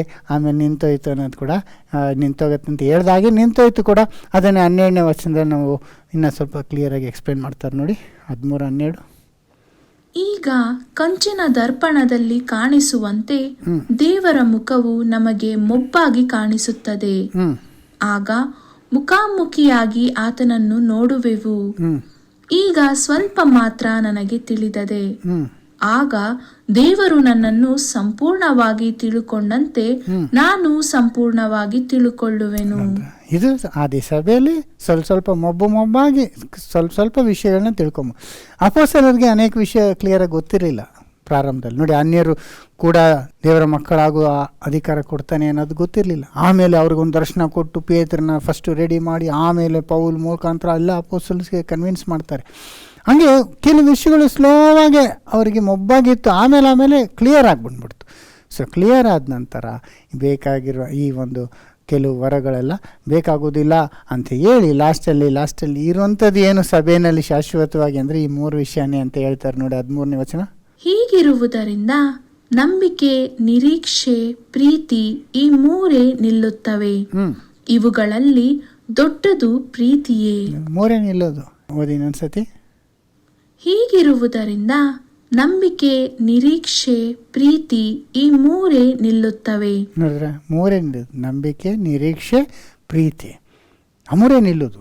ನಂಬಿಕೆ ಯಾವಾಗಲೂ ಇರ್ತದೆ. ನಂಬಿಕೆ ಎಷ್ಟು ಶ್ರೇಷ್ಠ. ದೇವರ ನಂಬಿಕೆ ನಮಗೆ ವರನ್ನು ಕೊಟ್ಟಿದ್ದಾರೆ. ಆ ನಂಬಿಕೆ ಯಾವಾಗಲೂ ನಮಗೆ ದೇವರೇ ಕೊಡುವಂಥದ್ದು. ನಾವು ನಂಬಿದ್ದೇವೆ ಅಂದರೆ ಅದು ದೇವರ ಸಹಾಯದಿಂದ, ಅದೊಂದು ಗಾಡ್ಸ್ ಗಿಫ್ಟ್ ಅಂತಲೇ ನಾವು ವಾಕ್ಯದಲ್ಲಿ ನೋಡ್ತೀವಿ. ಅದರಿಂದ ನಂಬಿಕೆ, ನಿರೀಕ್ಷಣೆ ಅದು ಭಾಳ ಮುಖ್ಯ ನಮಗೆ. ಆ ಒಂದು ನಿಜವಾಗ್ಲೂ ಇನ್ನೂ ನಡೆಯೋದಿಲ್ಲ ಅಂದರೂ ನಡೆಯುತ್ತೆ ಅನ್ನೋ ಒಂದು ಸ್ಟ್ರಾಂಗ್ ಹೋಪ್ ಕೊಟ್ಟಿದ್ದಾರೆ ನಮಗೆ, ಅದು ನಿಲ್ಲುತ್ತೆ. ಆಮೇಲೆ ಪ್ರೀತಿ, ದೇವರ ಪ್ರೀತಿ, ದೇವರ ಮೇಲೆ ಪ್ರೀತಿ, ಸಹೋದರ ಪ್ರೀತಿ, ಇದೆಲ್ಲನೇ ಇರುವಂಥ ಸಭೆಯಲ್ಲಿ. ಆದರೆ ನಿಂತೋಗಂಥದ್ದು ಏನು? ಪ್ರವಾದನೆಗಳು, ವಾಣಿಗಳು ಮತ್ತು ವಿದ್ಯೆ ಅಂದರೆ ಸೂಪರ್ ನ್ಯಾಚುರಲ್ ನಾಲೆಡ್ಜು, ಇವೆಲ್ಲ ನಿಂತೋಗ್ತದೆ ಅಂತ ಹೇಳಿದ್ರು. ಹಂಗೇ ಅದು ನಿಂತೋಯ್ತು. ಯಾವಾಗ ನಿಂತೋಯ್ತು ಈ ವರಗಳು ಅಂದರೆ, ಅಪೊಸ್ತಲರಿಗೆ ಇದು ವಿಶೇಷವಾದಂಥ ಒಂದು ಶಕ್ತಿ ಕೊಟ್ಟಿದ್ರು. ಅವರು ಯಾರ ಮೇಲೆ ಕೈ ಇಟ್ಟು ಪ್ರಾರ್ಥನೆ ಮಾಡ್ತಾರೋ ಅವ್ರಿಗೆ ಆ ವರಗಳು ಟ್ರಾನ್ಸ್ಫರ್ ಆಗೋದು. ನೋಡ್ರ, ಪರಿಶುದ್ಧಾತ್ಮ ಎಲ್ಲರೂ ನಂಬಿಕೆಯಿಂದ ಬಂದಾಗ ದೀಕ್ಷಾಸ್ಥಾನ ತೊಗೊಂಡಾಗ ಪರಿಶುದ್ಧಾತ್ಮ ಎಲ್ಲರಿಗೂ ಸಿಕ್ಬಿಡುತ್ತೆ. ಆದರೆ ವರಗಳು ಬರಬೇಕಂದ್ರೆ ಇವರು ಇಂದ ಟ್ರಾನ್ಸ್ಫರ್ ಆಗಬೇಕು. ಕೈ ಇಟ್ಟು ಪ್ರಾರ್ಥನೆ ಮಾಡಿದ್ರೇ ಅವ್ರಿಗೆ ಮಾತ್ರ ಬರೋದು. ಇದರ ವಾಕ್ಯದಲ್ಲಿ ನಾವು ಸೈನ್ಸ್ ಆಫ್ ದ ಅಪೋಸ್ತಲ್ಸ್ ಅಂತಲೇ ಹೇಳ್ತಾರೆ. ಅವ್ರಿಗೆ ವಿಶೇಷವಾಗಿ ಅಪೋಸ್ತಲರಿಗೆ ಕೊಟ್ಟಂಥ ಶಕ್ತಿ ಏನಂದರೆ, ಅವ್ರು ಇನ್ನೊಬ್ಬರಿಗೆ ಈ ವರನ ಕೊಡ್ಬೋದು. ಅನೇಕರು ಈ ವರನ ಪಡ್ಕೊಂಡು 120 ಜನ ಇದ್ದರು ಇಲ್ಲಿ ಸ್ಟಾರ್ಟಿಂಗಲ್ಲಿ, ಅವರೆಲ್ಲ ಪಡ್ಕೊಂಡ್ರು, ಉಪಯೋಗಿಸಿದ್ರು. ಆದರೆ ಅವ್ರು ಇನ್ನೊಬ್ಬರಿಗೆ ಕೊಡೋಕ್ಕಾಗಲ್ಲ. ಅಪೊಸ್ತಲರು ಮಾತ್ರನೇ ಇನ್ನೊಬ್ಬರಿಗೆ ಅದು ಟ್ರಾನ್ಸ್ಫರ್ ಮಾಡ್ಬೋದಾಗಿತ್ತು. ಅದನ್ನು 2 ಕೊರಿಂಥಿ 12ನೇ ಅಧ್ಯಾಯ 12ನೇ ವಚನದಲ್ಲಿ ನಾವು ವಿಶೇಷವಾಗಿ ಹೇಳಿರೋದನ್ನ ನೋಡ್ಬೋದು. ಒಂದು ವಚನ ನೋಡಿ. ನಾನು ಹಿಂಸೆಯನ್ನು ಸ್ಥಿರಚಿತ್ತದಿಂದ ತಾಳಿಕೊಳ್ಳುವುದರಲ್ಲಿಯೂ ಸೂಚಕ ಕಾರ್ಯಗಳನ್ನು, ಅದ್ಭುತಗಳನ್ನು, ಮಹತ್ ಕಾರ್ಯಗಳನ್ನು ನಡೆಸಿದ್ದರಲ್ಲಿಯೂ ಅಪೊಸ್ತಲನಿಗೆ ಇರತಕ್ಕ ಲಕ್ಷಣಗಳು ನಿಮ್ಮ ಮಧ್ಯದಲ್ಲಿ ತೋರಿದವು. ಅಪೊಸ್ತಲರಿಗೆ ನೋಡಿ, ಪ್ರತ್ಯೇಕವಾಗಿ ಅಪೊಸ್ತಲರಿಗೆ ಇರತಕ್ಕ ಆ ಒಂದು ಸೈನ್ಸ್ ಅಂತಾರೆ, ಅದು ನನ್ನಲ್ಲಿ ನೀವು ನೋಡಿದ್ರಿ. ಅದೇ ಇದೆಲ್ಲ ಹೇಳ್ಕೊಂಬರ್ತಾರಲ್ಲ, ಅವ್ರಿಗೆ ಸ್ಪೆಷಲ್ ಸೈನ್ಸ್ ಇತ್ತು. ಸಹೋದರ ಸಹೋದರಿ, ಅದರಿಂದನೇ ನಾವು ಕೆಲವು ಕಡೆ ನೋಡುವಾಗ ಅನೇಕರು ಹೋಗಿ ಸ್ವಾರ್ಥ ಸಾರ್ತಾರೆ, ಜನಗಳು ಮಾನಸಾಂತರ ಪಟ್ಟು ದೀಕ್ಷಾಸ್ಥಾನ ತಗೊಂಬರ್ತಾರೆ. ಆದರೆ ಅವ್ರಿಗೆ ಈ ಒಂದು ಗಿಫ್ಟು ಅಂದರೆ ಈ ಒಂದು ವರ ಇರಲಿಲ್ಲ. ಆಗ ಅವರು ವೆಯ್ಟ್ ಮಾಡ್ತಾರೆ ಅಪೊಸ್ತಲರು ಬರಲಿ ಅಂತ. ಅಪೊಸ್ತಲರು ಬಂದು ಅವ್ರ ಕೈ ಇಟ್ಟಾಗ ಅವ್ರಿಗೆ ಆ ವರ ಬರ್ತದೆ. ನೋಡಿ, ಇದನ್ನು ಅಪೊಸ್ತಲ ಕೃತ್ಯ 8ನೇ ಅಧ್ಯಾಯ 5-6 ವಚನ. ಫಿಲಿಪ್ಪನು ಸಮಾರ್ಯವೆಂಬ ಪಟ್ಟಣಕ್ಕೆ ಹೋಗಿ ಕ್ರಿಸ್ತನನ್ನು ಅಲ್ಲಿರುವವರಿಗೆ ಪ್ರಕಟಿಸಿದನು. ಫಿಲಿಪ್ ಹೋಗಿ ಅಲ್ಲಿರೋರಿಗೆಲ್ಲ ಪ್ರಕಟಿಸಿದಾಗ ಗುಂಪಾಗಿ ಕೂಡಿದ ಜನಗಳು ಫಿಲಿಪ್ಪನ ಮಾತುಗಳನ್ನು ಕೇಳಿ ಅವನು ಮಾಡಿದ ಸೂಚಕ ಕಾರ್ಯಗಳನ್ನು ನೋಡಿ ಅವನು ಹೇಳಿದ ಸಂಗತಿಗಳಿಗೆ ಏಕ ಮನಸ್ಸಾಗಿ ಲಕ್ಷ್ಯ ಕೊಟ್ಟರು. ಅದೇ ಸೂಚಕ ಮಾಡಿದಾಗ ಆತನ ಹೇಳಿದ್ದಕ್ಕೆ ಲಕ್ಷ್ಯ ಕೊಟ್ಟರು. ಅದು ಎಷ್ಟು ಆಗ ಬೇಕಿತ್ತು ಅನ್ನೋದನ್ನ ನಾವು ನೋಡ್ತೀವಿ. ಆಮೇಲೆ 14ನೇ ವಚನ. ಸಮಾರ್ಯದವರು ದೇವರ ವಾಕ್ಯವನ್ನು ಸ್ವೀಕರಿಸಿದ ವರ್ತಮಾನವನ್ನು ಯೆರೂಸಲೇಮಿನಲ್ಲಿದ್ದ ಅಪೊಸ್ತಲರು ಕೇಳಿ ಪೇತ್ರ ಯೋಹಾನರನ್ನು ಅವರ ಬಳಿಗೆ ಕಳುಹಿಸಿದರು. ನೋಡಿದ್ರ, ಇದು ಇಲ್ಲೆಲ್ಲ ಅನೇಕರು ಸಮಾರ್ಯದವರು ಯೇಸು ಸ್ವಾಮಿನ ನಂಬಿದ್ದಾರೆ ಅಂತ ತಿಳ್ಕೊಂಡ ವಿಷಯನ ಅಪೊಸ್ತಲರು ಕೇಳಿ ಆಗ ಪೇತ್ರ ಯೋಹಾನ ಅಲ್ಲಿ ಕಳಿಸ್ತಾರೆ. ಆಗ ಇವರು ಅಲ್ಲಿಗೆ ಬಂದು ಆ ಜನರಿಗೆ ಪವಿತ್ರಾತ್ಮ ವರವು ದೊರೆಯಬೇಕೆಂದು ಅವರಿಗೋಸ್ಕರ ಪ್ರಾರ್ಥನೆ ಮಾಡಿದರು. ಯಾಕಂದರೆ ಆ ವರವು ಅವರಲ್ಲಿ ಒಬ್ಬನ ಮೇಲಾದರೂ ಇನ್ನೂ ಬಂದಿರಲಿಲ್ಲ. ಅವರು ಕರ್ತನಾದ ಯೇಸುವಿನ ಹೆಸರಿನಲ್ಲಿ ದೀಕ್ಷಾಸ್ನಾನವನ್ನು ಮಾತ್ರ ಮಾಡಿಸಿಕೊಂಡಿದ್ದರು. ಅಪೊಸ್ತಲರು ಅವರ ಮೇಲೆ ಕೈಗಳನ್ನಿಡಲು ಅವರು ಪವಿತ್ರಾತ್ಮ ವರವನ್ನು ಹೊಂದಿದರು. ಅರ್ಥ ಆಯ್ತರ? ಸೊ ಅವರು ದೀಕ್ಷಾಸ್ಥಾನ ತಗೊಂಡ್ರು, ನಂಬಿದ್ರು, ಆದ್ರೆ ಅವ್ರಿಗೆ ವರ ಇರಲಿಲ್ಲ. ಆಗ ಆ ವರ ಅಂದರೆ ಸ್ಪೆಷಲಿ ನೋಡಿ 9 ವರಗಳಿತ್ತಲ್ಲ ಆದಿಸಭೆಯಲ್ಲಿ, ಆ ವರಗಳು ಆಗ ಫಿಲಿಪೇ ಕೊಡ್ಬೋದಿತ್ತಲ್ಲ. ಫಿಲಿಪು ಆ ವರನ ಪಡ್ಕೊಂಡಿದ್ರು, ಆದರೆ ಅವ್ರಿಗೆ ಕೊಡೋಕ್ಕಾಗಲ್ಲ. ಅದಕ್ಕೆ ಪೇತ್ರ ಯೋಹಾನ ಅಲ್ಲಿಂದ ಕಳಿಸ್ತಾರೆ. ಅವರು ಬಂದು ಕೈ ಇಟ್ಟಾಗಲೇ ಅವ್ರಿಗೆ ಆ ವರಗಳು ಬರುವುದು ಎಂಬುದಾಗಿ ನಾವು ನೋಡ್ಬೋದು. ಅದರಿಂದ ಈಗ ಆ ವರ ಇಲ್ಲ, ಯಾಕಂದರೆ ಅಪೊಸ್ತಲಗಳು ಇಲ್ವಲ್ಲ. ಆಗ ಅಪೊಸ್ತಲ ಪೇತ್ರ ಯೋಹಾನ ಕಳಿಸಿದ್ರು, ಅವ್ರು ಬಂದು ಕೈ ಇಟ್ಟರು, ವರನ ಬಂತು. ಈಗ ಅವ್ರು ಇಲ್ವೇ, ಅವ್ರು ಸತ್ತೋದ್ರೆ. ಅಂದರೆ ಅವ್ರು ಬದುಕಿರುವ ತನಕ ಅವ್ರು ಯಾರ್ಯಾರು ತಲೆ ಮೇಲೆ ಅವರಿಗೆ ವರಗಳು ಬರ್ತಿತ್ತು. ಆಮೇಲೆ ಒಬ್ಬೊಬ್ಬರಾಗಿ ಅಪೊಸ್ತಲರು ತೀರ್ಕೊಂಡ್ರು. ಯಾರ್ಯಾರು ತಲೆ ಮೇಲೆ ಕೈ ಇಟ್ಟಿದ್ರು ಅವರು ತೀರ್ಕೊಂಡ್ರು. ಅವರು ಪಡ್ಕೊಬೋದಷ್ಟೇ, ಅವ್ರು ಇನ್ನೊಬ್ರಿಗೆ ಟ್ರಾನ್ಸ್ಫರ್ ಮಾಡೋಕ್ಕಾಗಲ್ಲ. ಸೊ ಅವರು ತೀರ್ಕೊಂಡ್ಮೇಲೆ ಅಲ್ಲಿಗೆ ಏನಾಗೋಯ್ತು, ಇಂಚುಮಿಂಚು 1ನೇ ಶತಮಾನದಲ್ಲೇ ಈ ಒಂದು ವಿಶೇಷವಾದಂಥ ಅದ್ಭುತವನ್ನು ಮಾಡುವಂಥ ಈ ವರಗಳು, ಅನ್ಯ ಭಾಷೆಯ ವರಗಳು ನಿಂತೋಯ್ತು. ಸೋದರ ಸೋದರಿ, ಅದನ್ನೇ ಇಲ್ಲಿ ಸ್ಪಷ್ಟವಾಗಿ ನಾವು ನೋಡ್ಬೋದು. ಇದನ್ನು ಅಲ್ಲಿದ್ದಂಥ ಒಂದು ವಿಶ್ವಾಸಿ ನೋಡಿ ಅಪೊಸ್ತಲರು ಕೈ ಇಟ್ಟಿದ್ದೆ ಅವರಿಗೆ ಪರಿಶುದ್ಧಾತ್ಮ ಬರೋದು ನೋಡಿ, ನಾನು ಅದನ್ನು ಮಾಡಬೇಕು, ಆ ಒಂದು ವರವನ್ನು ಪಡ್ಕೊಬೇಕು ಅಂತ ಅವನು ಪ್ರಯತ್ನ ಮಾಡೋದು ಕೂಡ ನಾವು ನೋಡ್ಬೋದು ಇಲ್ಲಿ ಕೆಳಗಡೆ. ಆಗ ಅವನು ಬಂದು ಅಪೊಸ್ತಲರಿಗೆ ಹಣ ಬೇಕಾದ್ರೆ ಕೊಡ್ತೀನಿ, ನನಗೆ ಆ ವರ ಕೊಡಿ ಅಂದಾಗ ಪೇತ್ರ ಅವನಿಗೆ ಗದರಿಸೋದು ನಾವು ನೋಡ್ತೀವಿ. ಪರಿಶುದ್ಧಾತ್ಮ ವರನ ನೀ ಹಣದಿಂದ ಪಡ್ಕೊಬೇಕಂತ ನೀ ಅನ್ಕೊತಿದ್ದೀಯ ಅಂತ. ಅದನ್ನು ಪಡ್ಕೊಳ್ಬೋದು. ಅವ್ರ ತಲೆ ಮೇಲೂ ಕೈ ಇಟ್ಟಿದ್ರು, ಎಲ್ಲರಿಗೂ ಬಂದಿತ್ತು. ಆದರೆ ಅವ್ರು ಇನ್ನೊಬ್ಬರಿಗೆ ಏನು ಮಾಡೋಕ್ಕಾಗಲ್ಲ, ಟ್ರಾನ್ಸ್ಫರ್ ಮಾಡೋಕ್ಕಾಗಲ್ಲ. ಸೊ ಈ ರೀತಿಯಲ್ಲಿ ನಡೆದದ್ದು ನಾವು ಇದನ್ನೇ ಈ ಅಪೊಲ್ಲೋಸ್ ಶಿಷ್ಯರು ಆ ಒಂದು ಸಂದರ್ಭದಲ್ಲಿ ಕೂಡ ನಾವು ನೋಡ್ಬೋದು. ಅದನ್ನು ಅಪೊಸ್ತಲ ಕೃತ್ಯ 19ನೇ ಅಧ್ಯಾಯ 1-6 ಅಪೊಲ್ಲೋಸನು ಕೊರಿಂಥಿಯದಲ್ಲಿದ್ದಾಗ ಪೌಲನು ಮಲೆನಾಡಿನಲ್ಲಿ ಸಂಚಾರ ಮಾಡಿ ಎಫೆಸಕ್ಕೆ ಬಂದು ಕೆಲವು ಮಂದಿ ಶಿಷ್ಯರನ್ನು ಕಂಡು, ನೀವು ನಂಬಿದಾಗ ಪವಿತ್ರಾತ್ಮ ವರವನ್ನು ಹೊಂದಿದಿರೋ ಎಂದು ಅವರನ್ನು ಕೇಳಲು ಅವರು ಅವನಿಗೆ, ಇಲ್ಲ, ಪವಿತ್ರಾತ್ಮ ವರವು ಉಂಟೆಂಬುದನ್ನೇ ನಾವು ಕೇಳಲಿಲ್ಲ ಅಂದರು. ನಂಬಿದ್ರು, ದೀಕ್ಷಾಸ್ಥಾನ ಪಡೆದಿದ್ರು, ಆದರೆ ವರ ಇರಲಿಲ್ಲ.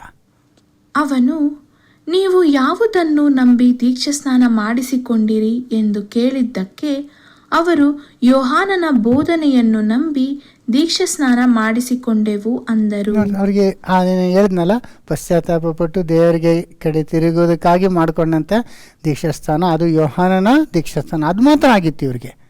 ಅದಕ್ಕೆ ಪೌಲನು, ಯೋಹಾನನು ದೇವರ ಕಡೆಗೆ ತಿರುಗಿಕೊಂಡವರಿಗೆ ದೀಕ್ಷಾಸ್ನಾನ ಮಾಡಿಸಿ ತನ್ನ ಹಿಂದೆ ಬರುವಾತನಲ್ಲಿ, ಅಂದರೆ ಯೇಸುವಿನಲ್ಲಿ ನಂಬಿಕೆ ಇಡಬೇಕೆಂಬುದಾಗಿ ಜನರಿಗೆ ಹೇಳಿದನು ಎಂದು ಹೇಳಲು, ಅವರು ಆ ಮಾತನ್ನು ಕೇಳಿ ಕರ್ತನಾದ ಯೇಸುವಿನ ಹೆಸರಿನಲ್ಲಿ ದೀಕ್ಷಾಸ್ನಾನ ಮಾಡಿಸಿಕೊಂಡರು. ನೋಡಿದ ತಿರುಗಾ ದೀಕ್ಷಾಸ್ನಾನ ಅವರು ಯೇಸು ಹೆಸರನ್ನು ಮಾಡಿಸ್ಕೊಂಡ್ರು. ಆಗ ಪೌಲನು ಅವರ ಮೇಲೆ ಕೈಗಳನ್ನಿಡಲು ಪವಿತ್ರಾತ್ಮ ವರವು ಅವರ ಮೇಲೆ ಬಂತು.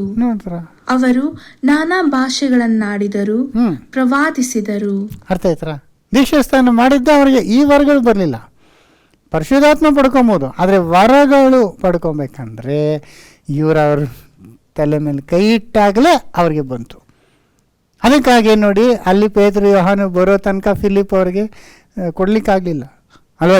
ಪೇತ್ರ ಯೋಹಾನು ಬಂದು ಕೈ ಇಟ್ಟ ಮೇಲೆ ಅವ್ರಿಗೆ ಬಂತು. ಇಲ್ಲಿ ಕೂಡ ಪೌಲ್ ಬಂದು ಕೈ ಇಟ್ಟ ಮೇಲೆ ಅವರಿಗೆ ಬಂದಿತ್ತು. ಅದರಿಂದ ಯಾವಾಗ ಈ ಅಪೊಸ್ತಲರು ಒಬ್ಬೊಬ್ಬ ತೀರ್ಕೊಂಡ್ರೋ, ಯಾರ್ಯಾರು ಅದನ್ನು ಪಡ್ಕೊಂಡಿದ್ರು ಅವ್ರ ಕೈಯಿಂದ, ಅವರು ತೀರ್ಕೊಂಡು ಬಂದರೋ, ಎಲ್ಲ ಈ ವರಗಳು ಅಲ್ಲಿಗೆ ಸ್ಟಾಪ್ ಆಗೋಯ್ತು. ನೋಡಿ, ಡಿಫ್ರೆನ್ಸ್ ತಿಳ್ಕೊಬೇಕು. ಪರಿಶುದ್ಧಾತ್ಮ ದೇವರು ಒಂದೇ ಸತಿ ಸಭೆ ಕೊಟ್ಬಿಟ್ರು, ನಾವು ಸಭೆಗೆ ಸೇರಿಕೊಂಡಾಗಲೇ ಆ ಒಂದು ಅಭಿಷೇಕದೊಳಗೆ ನಾವು ಬಂದುಬಿಡ್ತೀವಿ. ನಮ್ಗೆ ಯಾವ ಒಂದು ಔಟ್ವರ್ಡ್ ಎಕ್ಸ್ಪೀರಿಯೆನ್ಸ್ ಆಗಬೇಕಂತಿಲ್ಲ ಅಲ್ವರ. ನಾವು ಈ ಭಾಷೆಯಲ್ಲಿ ಮಾತಾಡಬೇಕನ್ನೋದು ಇಲ್ಲ, ನಾವು ಏನೋ ಪ್ರವಾದನೆ ವರಗಳು ಅದು ವರ ಬೇರೆ, ಪರಿಶುದ್ಧಾತ್ಮನ ಪಡ್ಕೊಳ್ಳೋದು ಬೇರೆ. ಆತ್ಮದಿಂದ ನಾವು ಹುಟ್ಟಿದ್ದೀವಿ. ಹೆಂಗಂದರೆ ಆತ್ಮದಿಂದನೇ ನಾವು ಪಶ್ಚಾತ್ತಾಪ ಪಟ್ಟು ದೇವರನ್ನು ಸಂಪೂರ್ಣವಾಗಿ ಪ್ರೀತಿ ಮಾಡುವಂಥದ್ದು, ದೇವರ ಮೇಲೆ ವಿಶ್ವಾಸ ಇಡುವಂಥದ್ದು, ನಿರೀಕ್ಷೆ ಇಡುವಂಥದ್ದು, ಇದೇ ಮೇನು. ಇದು ನಮ್ಮಲ್ಲಿ ಆಗೋಗ್ಬಿಡ್ತದೆ. ಆದರೆ ಈ ಅಡಿಷ್ನಲ್ ಈ ವರಗಳಿತ್ತಲ್ಲ, ಅದ್ಭುತ ಕಾರ್ಯ, ಕೈ ಇಟ್ಟಿದ್ದೆ, ಸ್ವಸ್ಥ ಮಾಡುವಂಥದ್ದು, ದೇವಗಳು, ಇದು ಆದಿ ಸಭೆಗೆ ಮಾತ್ರ ಇತ್ತು. ಆಮೇಲೆ ಇದು ಬೇಕಿಲ್ಲ. ಯಾಕಂದರೆ ಅಷ್ಟರೊಳಗೆ ಪೂರ್ಣವಾದಂಥ ಸತ್ಯವೇದ ನಮಗೆ ಕೈಗೆ ಕೊಟ್ಬಿಟ್ರು. ಈಗ ನಮಗೆ ಬೇಕಾದ ಪ್ರವಾದನೆ ಎಲ್ಲ ಬೈಬಲ್ನಲ್ಲಿದೆ.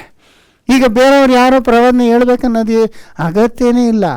ಈಗ ಕೆಲವು ಸಭೆಗಳು ಆತ್ಮ ಬಂದ್ಬಿಡ್ತು ಅಂತ ಜೋರಾಗಿ ಎಗರಿಕೊಂಡು ಅವ್ರು ಹೇಳೋಂಥದ್ದು ಏನು, ಪಾಪ ಇದೆ, ವ್ಯಭಿಚಾರ ಇದೆ, ಅದು ಅವರೇ ಹೇಳ್ಬೇಕಾ? ಲೋಕದಲ್ಲಿ ಇರೋದು ಬೈಬಲ್ನಲ್ಲೇ ಬರೆದುಬಿಟ್ಟಿದೆ, ಲೋಕ ಎಷ್ಟು ಕೆಟ್ಟೋಗಿದೆ ಅಂತ. ಆಮೇಲೆ ಕೆಲವರು ಆತ್ಮ ಬಂತು ಅಂತೇಳಿ ಯೇಸು ಬೇಗ ಬರ್ತಾ ಇದ್ದಾರೆ ಅಂತಾರೆ, ಅದು ಬೈಬಲ್ನಲ್ಲಿದೆ. ಇವರೇನು ಹೇಳಬೇಕಾಗಿರೋದು? ನಮಗೆ ಬೇಕಾಗಿದೆ ಎಲ್ಲ ಬೈಬಲ್ನಲ್ಲಿ ಆಲ್ರೆಡಿ ಹೇಳ್ಕೊಟ್ಬಿಡಿ. ಇವಾಗ ಹೊಸದಾಗಿ ಯಾರು ಏನು ಹೇಳೋದು ಅವಶ್ಯಕತೆ ಇಲ್ಲ. ಸಹೋದರ ಸಹೋದರಿ, ವಿಶ್ವಾಸ, ನಿರೀಕ್ಷಣೆ, ಪ್ರೀತಿ, ಇದೊಂದೇ ಇರೋದು. ಅದಿದ್ರೆ ಸಾಕು ನಮಗೆ. ದೇವರ ಆ ವಿಶ್ವಾಸ ಕೊಟ್ಟಿದ್ದಾರೆ ಆತ್ಮನ ಮೂಲಕ. ಅದೇ ಆತ್ಮದ ಮೂಲಕ ನಮಗೆ ನಿರೀಕ್ಷೆ, ಆತ್ಮ ಪ್ರೇರೇಪಣೆಯಲ್ಲಿ ಬರೆದಂಥ ವಾಕ್ಯದ ಮೂಲಕ ನಮಗೆ ನಿರೀಕ್ಷೆ, ನಮಗೆ ಪ್ರೀತಿ ಎಲ್ಲ ಬರ್ತಿದೆಯಲ್ಲ, ಅಷ್ಟೇ ಸಾಕು. ಆದ್ದರಿಂದ ಸಹೋದರ ಸಹೋದರಿ, ಈ ವಿಷಯಗಳ ಬಗ್ಗೆ ನಾವು ಫ್ಯೂಚರೆಲ್ಲ ಸಪ್ರೇಟಾಗಿ ಇನ್ನು ಡೀಟೇಲಾಗಿ ಹೇಳ್ತೀನಿ. ಅದು ಇವಾಗ ತಿಳ್ಕೊಳ್ಬೇಕಾದ ವಿಷಯ ಏನಂದರೆ, ಯೋಹಾನು ನೀರಿನಲ್ಲಿ ಕೊಟ್ಟರು, ಯೇಸು ಸ್ವಾಮಿ ಆತ್ಮದಲ್ಲಿ ಕೊಟ್ಟರು ಅನ್ನುವಾಗ ಅದು ಹೆಂಗೆ ನೆರವೇರಿತು, ಹೆಂಗೆ ನಾವು ಅದನ್ನು ನಾವು ನಂಬಿ ದೀಕ್ಷಾಸ್ನಾನ ಪಡ್ಕೊಂಡ್ಮೇಲೆ ದೇವರು ಸಭೆಗೆ ಕೊಟ್ಟಂಥ ಅಭಿಷೇಕದೊಳಗೆ ನಾವು ಬರ್ತೀವಿ ಅನ್ನೋದನ್ನು ನಾವು ಚೆನ್ನಾಗಿ ತಿಳ್ಕೊಂಡ್ವಿ. ಆಮೇಲೆ ಕೆಲವರು ಏನು ಮಾಡಿಬಿಡ್ತಾರೆ ಅಂದರೆ, ನಾವು ಅನ್ಯ ಭಾಷೆ ಮಾತಾಡಿದ್ರೆ ಮಾತ್ರ ನಮ್ಗೆ ಆತ್ಮ ಇದೆ, ಇಲ್ಲ ನಮ್ಗೆ ಆತ್ಮನೇ ಇಲ್ಲ ಅನ್ನೋ ಥರ ಮಾಡಿಬಿಡ್ತಾರೆ. ನೋಡಿದ್ರೆ ಅದೆಷ್ಟು ತಪ್ಪಾಗ್ತದೆ. ಆಗ ಇದ್ದಾಗಲೇ ಮೊದಲನೇ ಶತಮಾನದಲ್ಲಿ ಅಪೊಸ್ತಲ ಕಾಲದಲ್ಲಿ ಆಗಲೇ ಪೌಲ್ ಇಷ್ಟು ಕ್ಲಿಯರಾಗಿ ಎಲ್ಲರೂ ಭಾಷೆ ಮಾತಾಡ್ತಾರೋ, ಎಲ್ಲರೂ ವ್ಯಾಕರಣ ಹೇಳ್ತಾರೋ, ಎಲ್ಲರಿಗೂ ಎಲ್ಲ ಒಂದೇ ಥರ ಕೊಡ್ತಾರೋ? ಇಲ್ಲ, ಆಗಿದ್ದಾಗಲೇ.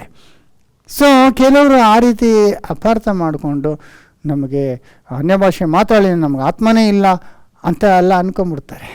ಇದಕ್ಕೆ ಒಂದೇ ಒಂದು ವಚನ ಕೂಡ ಒಂದು ಕಡೆ ಆ ರೀತಿ ಬರೆಯಲ್ಪಟ್ಟದ್ದಿದೆ. ಆದರೆ ಆ ವಚನ ಸೇರಿಸಲ್ಪಟ್ಟಂಥದ್ದು ಒರಿಜಿನಲ್ನಲ್ಲಿ ಇಲ್ಲ. ಆಮೇಲೆ ಅದನ್ನು ಬೇರೆಯವರು ತರ್ಜುಮೆ ಮಾಡೋಂಥವ್ರು ಸೇರಿಸ್ಬಿಟ್ರು. ಅದ್ಯಾವುದಂದರೆ ಮಾರ್ಕ್ 16ನೇ ಅಧ್ಯಾಯ 16-18 ವಚನಗಳು ಓದಿ. ಮಾರ್ಕ್ 16:16. ನಂಬಿ ದೀಕ್ಷಾಸ್ನಾನ ಮಾಡಿಸಿಕೊಳ್ಳುವವನು ರಕ್ಷಣೆ ಹೊಂದುವನು, ನಂಬದೇ ಹೋಗುವವನು ದಂಡನೆಗೆ ಗುರಿಯಾಗುವನು. ಇದಲ್ಲದೆ ನಂಬುವವರಿಂದ ಈ ಸೂಚಕ ಕಾರ್ಯಗಳು ಉಂಟಾಗುವವು.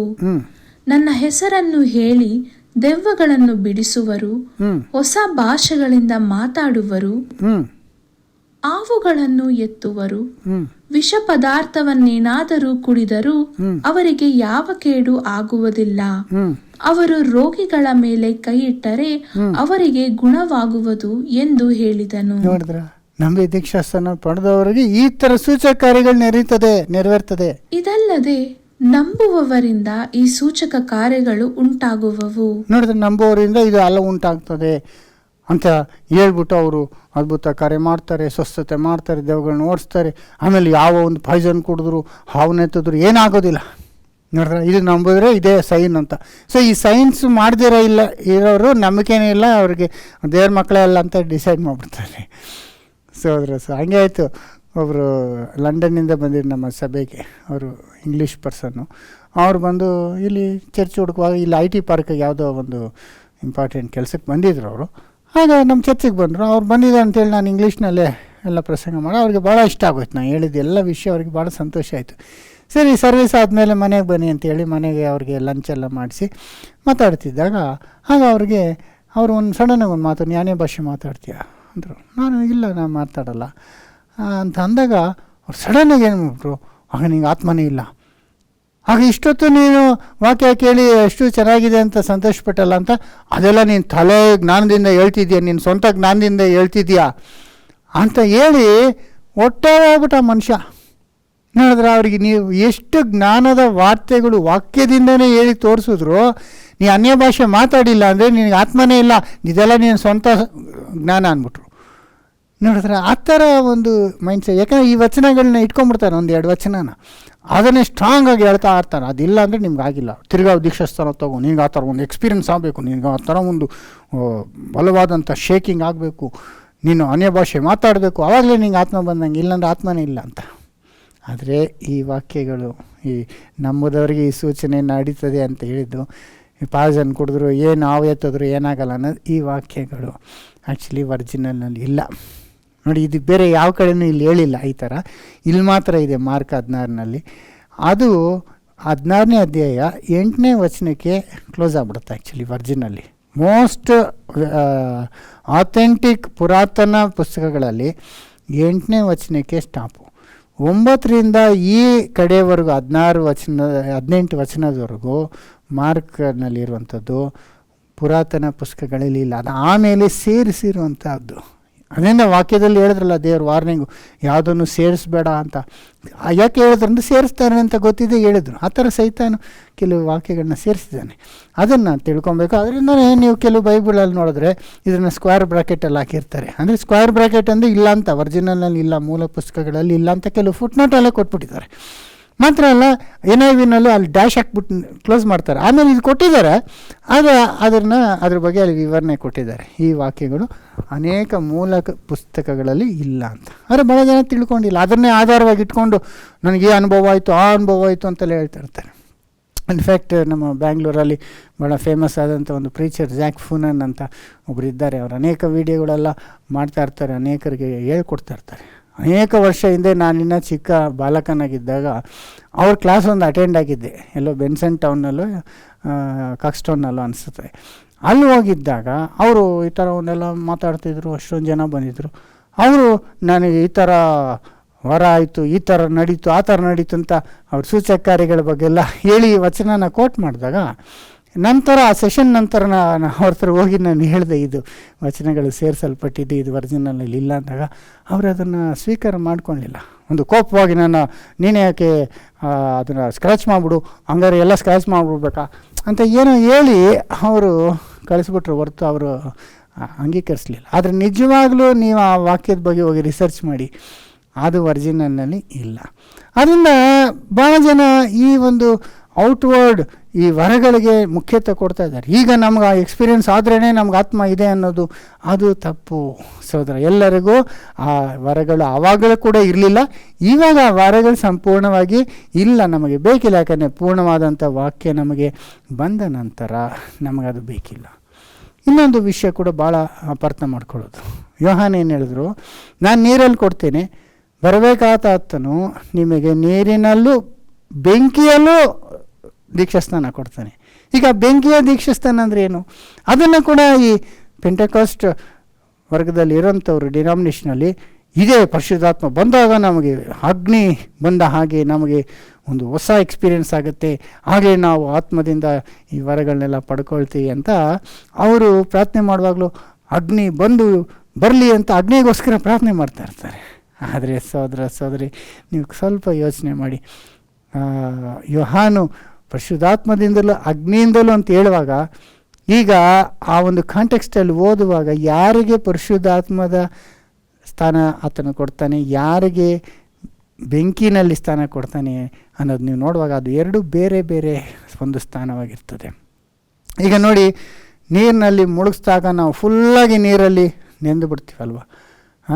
ಪರಿಶುದ್ಧಾತ್ಮದಿಂದ ನಾವು ಪೂರ್ಣ ಪಡಬೇಕು ಅಂತ ನಾವು ಫುಲ್ಲಾಗಿ ನಾವು ಪರಿಶುದ್ಧಾತ್ಮನ ಪಡ್ಕೋಬೇಕಂತ ವಾಕ್ಯದಲ್ಲಿ ನೋಡಿ. ಹಂಗೆ ನಮ್ಮನ್ನು ಫುಲ್ಲಾಗಿ ಅಗ್ನಿನಲ್ಲಿ ಮುಳುಗಿಸ್ಬಿಟ್ರೆ ನಾವೇನಾಗ್ತೀವಿ? ಅಗ್ನಿ ನಮ್ಮನ್ನು ಕಾಪಾಡ್ತದ, ಅಗ್ನಿ ನಮ್ಮನ್ನು ನಾಶ ಮಾಡುತ್ತಲ್ವ. ಅಗ್ನಿ ಇರೋದೇ ನಾಶ ಮಾಡೋಕ್ಕೆ. ಸ್ವಲ್ಪ ಅಗ್ನಿ ತಾಕಿದ್ರೇ ಎಷ್ಟು ನಮಗೆ ನೋವಾಗುತ್ತೆ. ಅಗ್ನಿನಲ್ಲಿ ಸಂಪೂರ್ಣವಾಗಿ ದೀಕ್ಷಾಸ್ಥಾನ ಕೊಟ್ಬಿಟ್ರೆ ಅವನು ಸುಟ್ಟು ಬೂದಿ ಆಗ್ಬಿಡ್ತಾನೆ. ಇದನ್ನು ತಿಳ್ಕೊಳ್ಳೋದಿಲ್ಲ ಭಾಳ ಜನ. ಅಗ್ನಿಗಾಗಿ ಪ್ರಾರ್ಥನೆ ಮಾಡ್ತಾ ಇರ್ತಾರೆ. ನೋಡಿ, ಲೂಕಲ್ಲಿ ಆತನು ಹೇಳ್ದಂಥ ಒಂದು ಅಂಶದಲ್ಲಿ ನೋಡಿ, 3ನೇ ಅಧ್ಯಾಯ 15-16. ಹೀಗಿರುವಲ್ಲಿ ಇಸ್ರಾಯೇಲ್ ಜನರು ಬರಬೇಕಾದ ಕ್ರಿಸ್ತನನ್ನು ಎದುರು ನೋಡುವವರಾಗಿದ್ದರಿಂದ ಅವರೆಲ್ಲರೂ ಯೋಹಾನನ ವಿಷಯವಾಗಿ ಇವನೇ ಆ ಕ್ರಿಸ್ತನಾಗಿರಬಹುದೋ ಏನೋ ಎಂದು ತಮ್ಮ ಮನಸ್ಸಿನಲ್ಲಿ ವಿಚಾರ ಮಾಡಿಕೊಳ್ಳುತ್ತಿರಲು ಬಂದಾಗ ಆತನು ಹೇಳುವಂತ ಮಾತು, ಯೋಹಾನನು ಅವರೆಲ್ಲರಿಗೆ, ನಾನಂತೂ ನಿಮಗೆ ನೀರಿನ ಸ್ನಾನ ಮಾಡಿಸುವವನು, ಆದರೆ ನನಗಿಂತ ಶಕ್ತನು ಬರುತ್ತಾನೆ, ಆತನ ಕೆರಗಳ ಬಾರನ್ನು ಬಿಚ್ಚುವುದಕ್ಕೂ ನಾನು ಯೋಗ್ಯನಲ್ಲ. ಆತನು ಪವಿತ್ರಾತ್ಮದಲ್ಲಿಯೂ ಬೆಂಕಿಯಲ್ಲಿಯೂ ನಿಮಗೆ ಸ್ನಾನ ಮಾಡಿಸುವನು. ಪವಿತ್ರಾತ್ಮದಲ್ಲಿಯೂ ಬೆಂಕಿಯಲ್ಲೂ ನಿಮಗೆ ಸ್ನಾನ ಮಾಡಿಸುವನು. ಆದಾಗ ಪವಿತ್ರಾತ್ಮ ಬೆಂಕಿ ಅಂದ್ರಲ್ಲ, ಅದು ಯಾರಿಗೆ ಯಾವ ಸ್ಥಾನ ಅನ್ನೋದು ಇನ್ನು ಕೆಳಗೆ ಓದಾಗ ಗೊತ್ತಾಗ್ಬಿಡ್ತದೆ. ಆತನು ಮೊರವನ್ನು ಕೈಯಲ್ಲಿ ಹಿಡಿದಿದ್ದಾನೆ, ತನ್ನ ಕಣದಲ್ಲಿಯ ರಾಶಿಯನ್ನು ತೂರಿ ಹಸನು ಮಾಡಿ ತನ್ನ ಗೋಧಿಯನ್ನು ಕಣಜದಲ್ಲಿ ತುಂಬಿಕೊಳ್ಳುವುದಕ್ಕಿದ್ದಾನೆ, ಹೊಟ್ಟನ್ನು ಆರದ ಬೆಂಕಿಯಲ್ಲಿ ಸುಟ್ಟು ಬಿಡುವನು ಎಂದು ಉತ್ತರ ಕೊಟ್ಟನು. ಅಲ್ಲೇನೆ ಆ ಡಿಫ್ರೆನ್ಸ್ ಗೊತ್ತಾಗೋದು. ಈ ಇಸ್ರಾಯೇಲ್ ಜನಗಳಲ್ಲಿ 2 ಥರ ಇದ್ರು. ಕೆಲವು ನಿಜವಾದ ಗೋಧಿಯ ಥರ ಇದ್ರು, ಕೆಲವರು ಗೋಧಿ ಮೇಲೆ ಅಂಟ್ಕೊಂಡಿರುವಂಥ ಹೊಟ್ಟು ಥರ ಇದ್ದರು. ಅದನ್ನು ಸಪ್ರೇಟ್ ಮಾಡ್ತಾರಂತೆ ಯೇಸು. ಅದೇನೆ ಮರವನ್ನು ಕೈಯಲ್ಲಿ ಹಿಡ್ಕೊಂಡು, ಮರನ ಹಿಡ್ಕೊಂಡು ಹಿಂಗೆ ಹಿಂಗೆ ಹಿಂಗೆ ಅಂತಾರಲ್ಲ, ಆಗ ಗೋಧಿ ಎಲ್ಲ ಒಂದು ಕಡೆ ಬರ್ತದೆ. ಅದನ್ನು ತೆಗೆದು ಭದ್ರವಾಗಿ ಇಟ್ಕೊತಾರೆ. ಅವರಿಗೆ ಪರಿಶುದ್ಧಾತ್ಮ ಕೊಟ್ಟು ಅವ್ರನ್ನ ಭದ್ರಪಡಿಸ್ತಾರೆ. ಒಟ್ಟು ಏನು ಮಾಡ್ತಾರೆ, ಬೆಂಕಿಗೆ ಹಾಕಿ ಸುಟ್ಟಾಕ್ತಾರೆ. ಅದನ್ನು ಬೆಂಕಿಯ ಬ್ಯಾಪ್ಟಿಸಮ್ ಅಂದರೆ ನಾಶನ.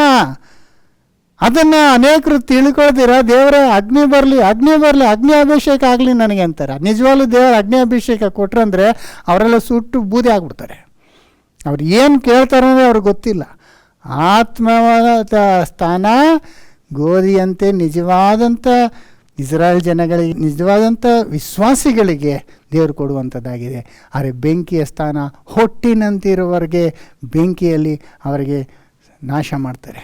ಅದೇ ಥರ ಇಸ್ರಾಯೇಲ್ ಆಯ್ತಲ್ಲ, ಕಾದಿದ್ದಂಥವ ಆ ಅಪೊಸ್ತಲರಿಗೆ ಮೇಲೆ, ಆಮೇಲೆ ಅಪೊಸ್ತಲ ಸಭೆಗೆ ಸೇರ್ಕೊಂಡ ಮೇಲೆ ಬಂದಂಥವ್ರಿಗೆ ದೇವರು ಆತ್ಮವನ್ನು ಕೊಟ್ಟರು. ಆತ್ಮದ ಅಭಿಷೇಕ ಆಯಿತು ಅಲ್ಲ, ಆತ್ಮದ ಸ್ಥಾನ ಆಯಿತು. ಆದರೆ ಯೇಸುನ ರಿಜೆಕ್ಟ್ ಮಾಡಿ, ಸುವಾರ್ತೆನ ರಿಜೆಕ್ಟ್ ಮಾಡಿದಂಥ ಇಸ್ರಾಯೇಲ್ಗೆ ಏನಾಯಿತು? ಇಸ್ರಾಯೇಲ್ ಜನರೆಲ್ಲರೂ ಕ್ರಿಸ್ತಶಕ 70 ಅಗ್ನಿಯಿಂದ ನಾಶವಾಗಲ್ಪಟ್ಟರು. ಟೈಟಸ್ ರೋಮನ್ಸ್ ಜನರಲ್ ಬಂದು ಅವನ ಮುತ್ತಿಗೆ ಹಾಕಿ ಸುಟ್ಟಾಕಿ ಆಲಯನ, ಅವರ ಮನೆಗಳನ್ನ ಎಲ್ಲರನ್ನ ಸುಟ್ಟಾಕಿ ಬೂದಿ ಮಾಡಿಬಿಟ್ರು. ಅದೇ ಅಗ್ನಿಯ ಅವರಿಗೆ ದೀಕ್ಷಾಸ್ಥಾನ ಆಗಿದ್ದು. ಅದರಿಂದ ನಾವು ಕಾಂಟೆಕ್ಸ್ಟ್ ನೋಡ್ಕೊಂಡು ಮಾತಾಡಬೇಕು. ಗೊತ್ತಿಲ್ಲದಿರೋ ಭಾಳ ಜನ ಎರಡೂ ಒಂದೇ, ಆತ್ಮದ ಸ್ಥಾನ ಅಗ್ನಿ ಸ್ಥಾನ ಎರಡೂ ಒಂದೇ ಅಂದ್ಕೊಂಡು. ಒಂದಲ್ಲ, ಆತ್ಮದ ಸ್ಥಾನ ನಿಜವಾದಂಥ ವಿಶ್ವಾಸಿಗಳಿಗೆ ದೇವರು ಕೊಡುವಂಥದ್ದು. ಆದರೆ ಅಗ್ನಿಯ ಸ್ಥಾನ ದೇವರು ನಾಶ ಮಾಡುವಂಥವ್ರಿಗಾಗಿ ಕೊಡುವಂಥದ್ದು. ಆ ಒಂದು ವ್ಯತ್ಯಾಸ ನಾವು ಚೆನ್ನಾಗಿ ತಿಳ್ಕೊಬೇಕು. ಆದ್ದರಿಂದ ಈಗ ಸಹೋದರ ಆತ್ಮದ ದೀಕ್ಷಾಸ್ಥಾನ ಅಂದರೆ ನಾನು ಸಡನ್ನಾಗಿ ನನಗೇನೋ ಒಂದು ಶೇಕಿಂಗ್ ಆಗ್ಬಿಡ್ಬೇಕು, ಸೂಪರ್ ನ್ಯಾಚುರಲ್ ಎಕ್ಸ್ಪೀರಿಯೆನ್ಸ್ ಆಗಬೇಕು, ನನಗೇನೋ ಕಾಣಿಸ್ಬೇಕು, ದರ್ಶನಗಳು, ನಾನು ಅನ್ಯ ಭಾಷೆ ಮಾತಾಡಬೇಕು, ನನಗೆ ಯಾವುದಾನ ವರ ಇರಬೇಕು ಅನ್ನೋದು ಇಲ್ಲ ಸಹೋದರಿ. ಆ ಕಾಲ ಹೋಯ್ತು.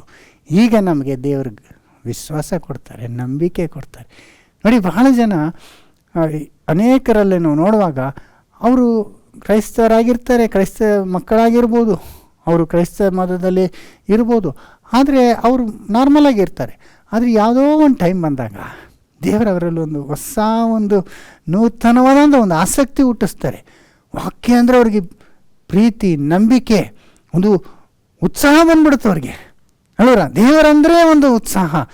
ಆವಾಗ ಸಡನ್ನಾಗಿ ಏನಾಗ್ತಾರೆ, ಪ್ರಾರ್ಥನೆ ಮಾಡಲಿಕ್ಕೆ ಸ್ಟಾರ್ಟ್ ಮಾಡ್ತಾರೆ, ಹಾಡು ಹೇಳೋದಕ್ಕೆ ಸ್ಟಾರ್ಟ್ ಮಾಡ್ತಾರೆ, ಸಹವಾಸ, ಅಪೊಸ್ತಲರ ಬೋಧನೆ, ಇದೆಲ್ಲದಕ್ಕೂ ಭಾಳ ಮುಖ್ಯತೆ ಕೊಡ್ತಾರೆ ಅವರು. ಸ್ಲೋವಾಗಿ ಅವ್ರ ಲೋಕದ ಮೇಲೆ ಅವರಿಗೆ ಇಷ್ಟ ಹೋಗಿ ದೇವರ ಸಭೆ ಮೇಲೆ, ದೇವರ ವಾಕ್ಯದ ಮೇಲೆ ಅವರಿಗೆ ಪ್ರೀತಿ ಬರುತ್ತೆ. ಅದು ದೇವರು ಮಾಡೋಂಥದ್ದು. ಅದು ಆತ್ಮ ಪಡ್ಕೊಂಡವರಲ್ಲಿ ಹುಟ್ಟು ಬರುವಂಥ ಫ್ರೂಟ್ಸ್ ಇದು, ಅಂದರೆ ಫಲಗಳಿದು. ಅದರಿಂದ ಆ ಫಲಗಳಿಂದ ನಾವು ತಿಳ್ಕೊಬೋದು ಇವನ ಆತ್ಮ ಇದೆ ಇವನಿಗೆ ಅಂತ. ಅದು ದೇವರೇ ಮಾಡಬೇಕಾದದ್ದು. ನೋಡಿ, ನಮ್ಮಲ್ಲಿ ಕೂಡ ನಾನು ಕ್ರೈಸ್ತನಾಗಿದ್ದೆ, ಆದರೆ ನನಗೆ ಪ್ರಾರ್ಥನೆ ಮಾಡ್ತಿದ್ದೆ, ದೇವರಲ್ಲಿ ನಂಬಿಕೆ ಇತ್ತು. ಯಾಕಂದರೆ ಚಿಕ್ಕನಿಂದ ನಮ್ಗೆ ಹೇಳ್ಕೊಟ್ಟಿರೋದ್ರಿಂದ ದೇವ್ರ ಮೇಲೆ ಭಾಳ ನಂಬಿಕೆ ಇತ್ತು. ಅದೇ ಎಸ್ಪೆಷಲಿ ಎಕ್ಸಾಮಿನೇಷನ್ ಎಲ್ಲ ಬಂದಾಗ, ನಮಗೆ ಬೇಕಾದ ಏದನ್ನ ಕಷ್ಟ ಕಾಲ ಬಂದಾಗ ದೇವ್ರ ಹತ್ರ ಭಾಳ ಪ್ರಾರ್ಥನೆ ಮಾಡೋದು, ಅದೆಲ್ಲ ಇತ್ತು. ಆದರೆ ನಾನು ಮಾಮೂಲಾಗಿದ್ದೆ ಲೋಕದಲ್ಲಿ. ನಮ್ಮ ಫ್ರೆಂಡ್ಸ್ ಥರ ನನಗೂ ಏನು ವ್ಯತ್ಯಾಸ ಅಲ್ಲ, ಎಲ್ಲ ಲೌಕಿಕವಾಗಿ, ಲೌಕಿಕ ಆಸೆಗಳು, ಲೌಕಿಕ ಒಂದು ಕಾರ್ಯಗಳಲ್ಲೇ ನಾನು ನಿರತನಾಗಿದ್ದೆ. ಆದರೆ ಯಾವಾಗ ಸ್ವಲ್ಪ ವಯಸ್ಸಾದ ನಂತರ ನನಗೇ ಗೊತ್ತಿಲ್ಲದಾಗ ಒಂದು ಆಸಕ್ತಿ ಉಂಟು ಬಂತು. ಹಾಗೊಂದು ಇಂಟ್ರೆಸ್ಟು, ಏನು ಹೇಳ್ತಿದ್ದಾರೆ ಕೇಳಿಸ್ಕೊಳೋಣ, ಹೌದಾ, ಅದ್ರ ಬಗ್ಗೆ ಜ್ಞಾನ ಮಾಡೋದು, ಧ್ಯಾನಿಸುವಂಥದ್ದು, ತಿರ್ಗಾ ಬೈಬಲ್ನ ತೆಗೆದು ಹುಡುಕುವಂಥದ್ದು, ಓದುವಂಥದ್ದು, ಮೀಟಿಂಗ್ ಇದ್ರೆ ಓಡೋಗಿ ಕೂತ್ಕೊಳ್ಳೋಂಥದ್ದು, ಆಮೇಲೆ ವಾಕ್ಯ ಹೇಳೋರ ಮೇಲೆ ಒಂದು ಆಸಕ್ತಿ, ಒಂದು ಪ್ರೀತಿ, ಇದೆಲ್ಲ ಹಂಗೆ ಬಂತು. ನೋಡಿ, ಹಂಗೆ ಬಂತು. ಅದರಲ್ಲಿ ಎಷ್ಟು ಮಟ್ಟಿಗೆ ಅಂದರೆ ಪಾಪ ಮಾಡದೇ ಇರಬೇಕು ಅಂತ ಒಂದು ಮನಸ್ಸು ಬಂತು. ಇದು ಪಾಪ, ಇದು ಕೆಟ್ಟದ್ದು, ಇದು ಮಾಡಬಾರ್ದು ಅನ್ನೋದು, ಅದರಿಂದ ದೂರವಾಗಿರೋಂಥದ್ದು. ಸೊ ಇದೆಲ್ಲ ಹಾಗಾಗೇ ಬಂದ್ಬಿಡ್ತು ನೋಡಿ ಸಹೋದರಿ. ಹಂಗೆ ಆತ್ಮದಿಂದ ಹುಟ್ಟವನು ನಿಕೋದೇಮಸ್ ಅಲ್ಲಿ ಗಾಳಿ ಥರ, ಅದು ಯಾರೂ ನೋಡೋಕ್ಕಾಗಲ್ಲ ಅಲ್ವರ. ಹಂಗೆ ಆ ಒಂದು ಮನುಷ್ಯನಲ್ಲಿ ಆಗ್ತದೆ. ಇದನ್ನು ನಾನು ಅನೇಕರಲ್ಲಿ ನೋಡಿದ್ದೀನಿ. ಸಭೆಯಲ್ಲಿ ಕೂಡ ಎಷ್ಟು ಜನ ಬರ್ತಾ ಇರ್ತಾರೆ, ವಾಕ್ಯ ಬರ್ತಾರೆ, ಕೇಳಿಸ್ಕೊತಾರೆ, ಹೋಗ್ತಾರೆ, ಒಂದು ಡಿಸ್ಇಂಟ್ರೆಸ್ಟೆಡ್ ಆಗಿ ಒಂದು ರೀತಿಯಲ್ಲಿ ಇರ್ತಾರೆ. ಆದರೆ ಯಾವುದೋ ಒಂದು ಸ್ಟೇಜ್ ಬಂದಾಗ ದೇವರ ಆತ್ಮದಿಂದ ಅವರಿಗೆ ಸ್ಥಾನ ಕೊಡುವಾಗ, ಆತ್ಮ ಬಂದು ಮುಟ್ಟುವಾಗ ಅವ್ರಿಗೆ ಸಡನ್ನಾಗಿ ಒಂದು ಆಸಕ್ತಿ, ವಾಕ್ಯ ಕೇಳಿಸ್ಕೊಳ್ಳುವಾಗಲೇ ಅವ್ರಿಗೊಂದು ಆ ಒಂದು ಇಂಟ್ರೆಸ್ಟ್ ಹಂಗೆ ಬಂದ್ಬಿಡುತ್ತೆ ಅವ್ರಿಗೆ. ಆಮೇಲೆ ವಾಕ್ಯದ ಬಗ್ಗೆ ಕ್ವಶನ್ಸ್ ಕೇಳೋದು, ಬೈಬಲ್ ಓದೋದು, ದೇವ್ರಿಗಾಗಿ ಏನಾದರೂ ಮಾಡಬೇಕನ್ನೋ ಆಸಕ್ತಿ, ಇದೆಲ್ಲ ಹಂಗೆ. ಅದರಿಂದ ಸಹೋದರ ನಾವು ಆತ್ಮದಿಂದ ಆತ್ಮ ಪಡ್ಕೊಂಡಾಗ ನಮಗೆ ಈ ರೀತಿ ವಿಶ್ವಾಸ, ನಿರೀಕ್ಷಣೆ, ಪ್ರೀತಿ ನಮ್ಮಲ್ಲಿ ಬರ್ತದೆ. ಆದರೆ ಬೇರೆ ವರಗಳು ಬರಬೇಕಂತಿಲ್ಲ. ಮತ್ತು ಅಗ್ನಿಯ ಸ್ಥಾನ ಅಂದರೆ ಏನು ಅನ್ನೋದು ಕೂಡ ನಾವು ಕೆಲವು ವಿಷಯಗಳನ್ನ ತಿಳ್ಕೊಂಡ್ವಿ. ಇನ್ನು ಕೆಲವು ವಿಷಯಗಳು ಬ್ಯಾಪ್ಟಿಸಮ್ ಬಗ್ಗೆ ಇದೆ. ಸಂಪೂರ್ಣವಾಗಿ ನಾವು ಫೈನಲಾಗಿ 3ನೇ ಭಾಗನ ನೆಕ್ಸ್ಟ್ ಕ್ಲಾಸಲ್ಲಿ ನೋಡ್ಕೊಳ್ಳೋಣ. ಅಲ್ಲಿ ತನಕ ದೇವರು ನಿಮ್ಮನ್ನು ಆಶೀರ್ವದಿಸಿ ನಡೆಸಲಿ. Thank you.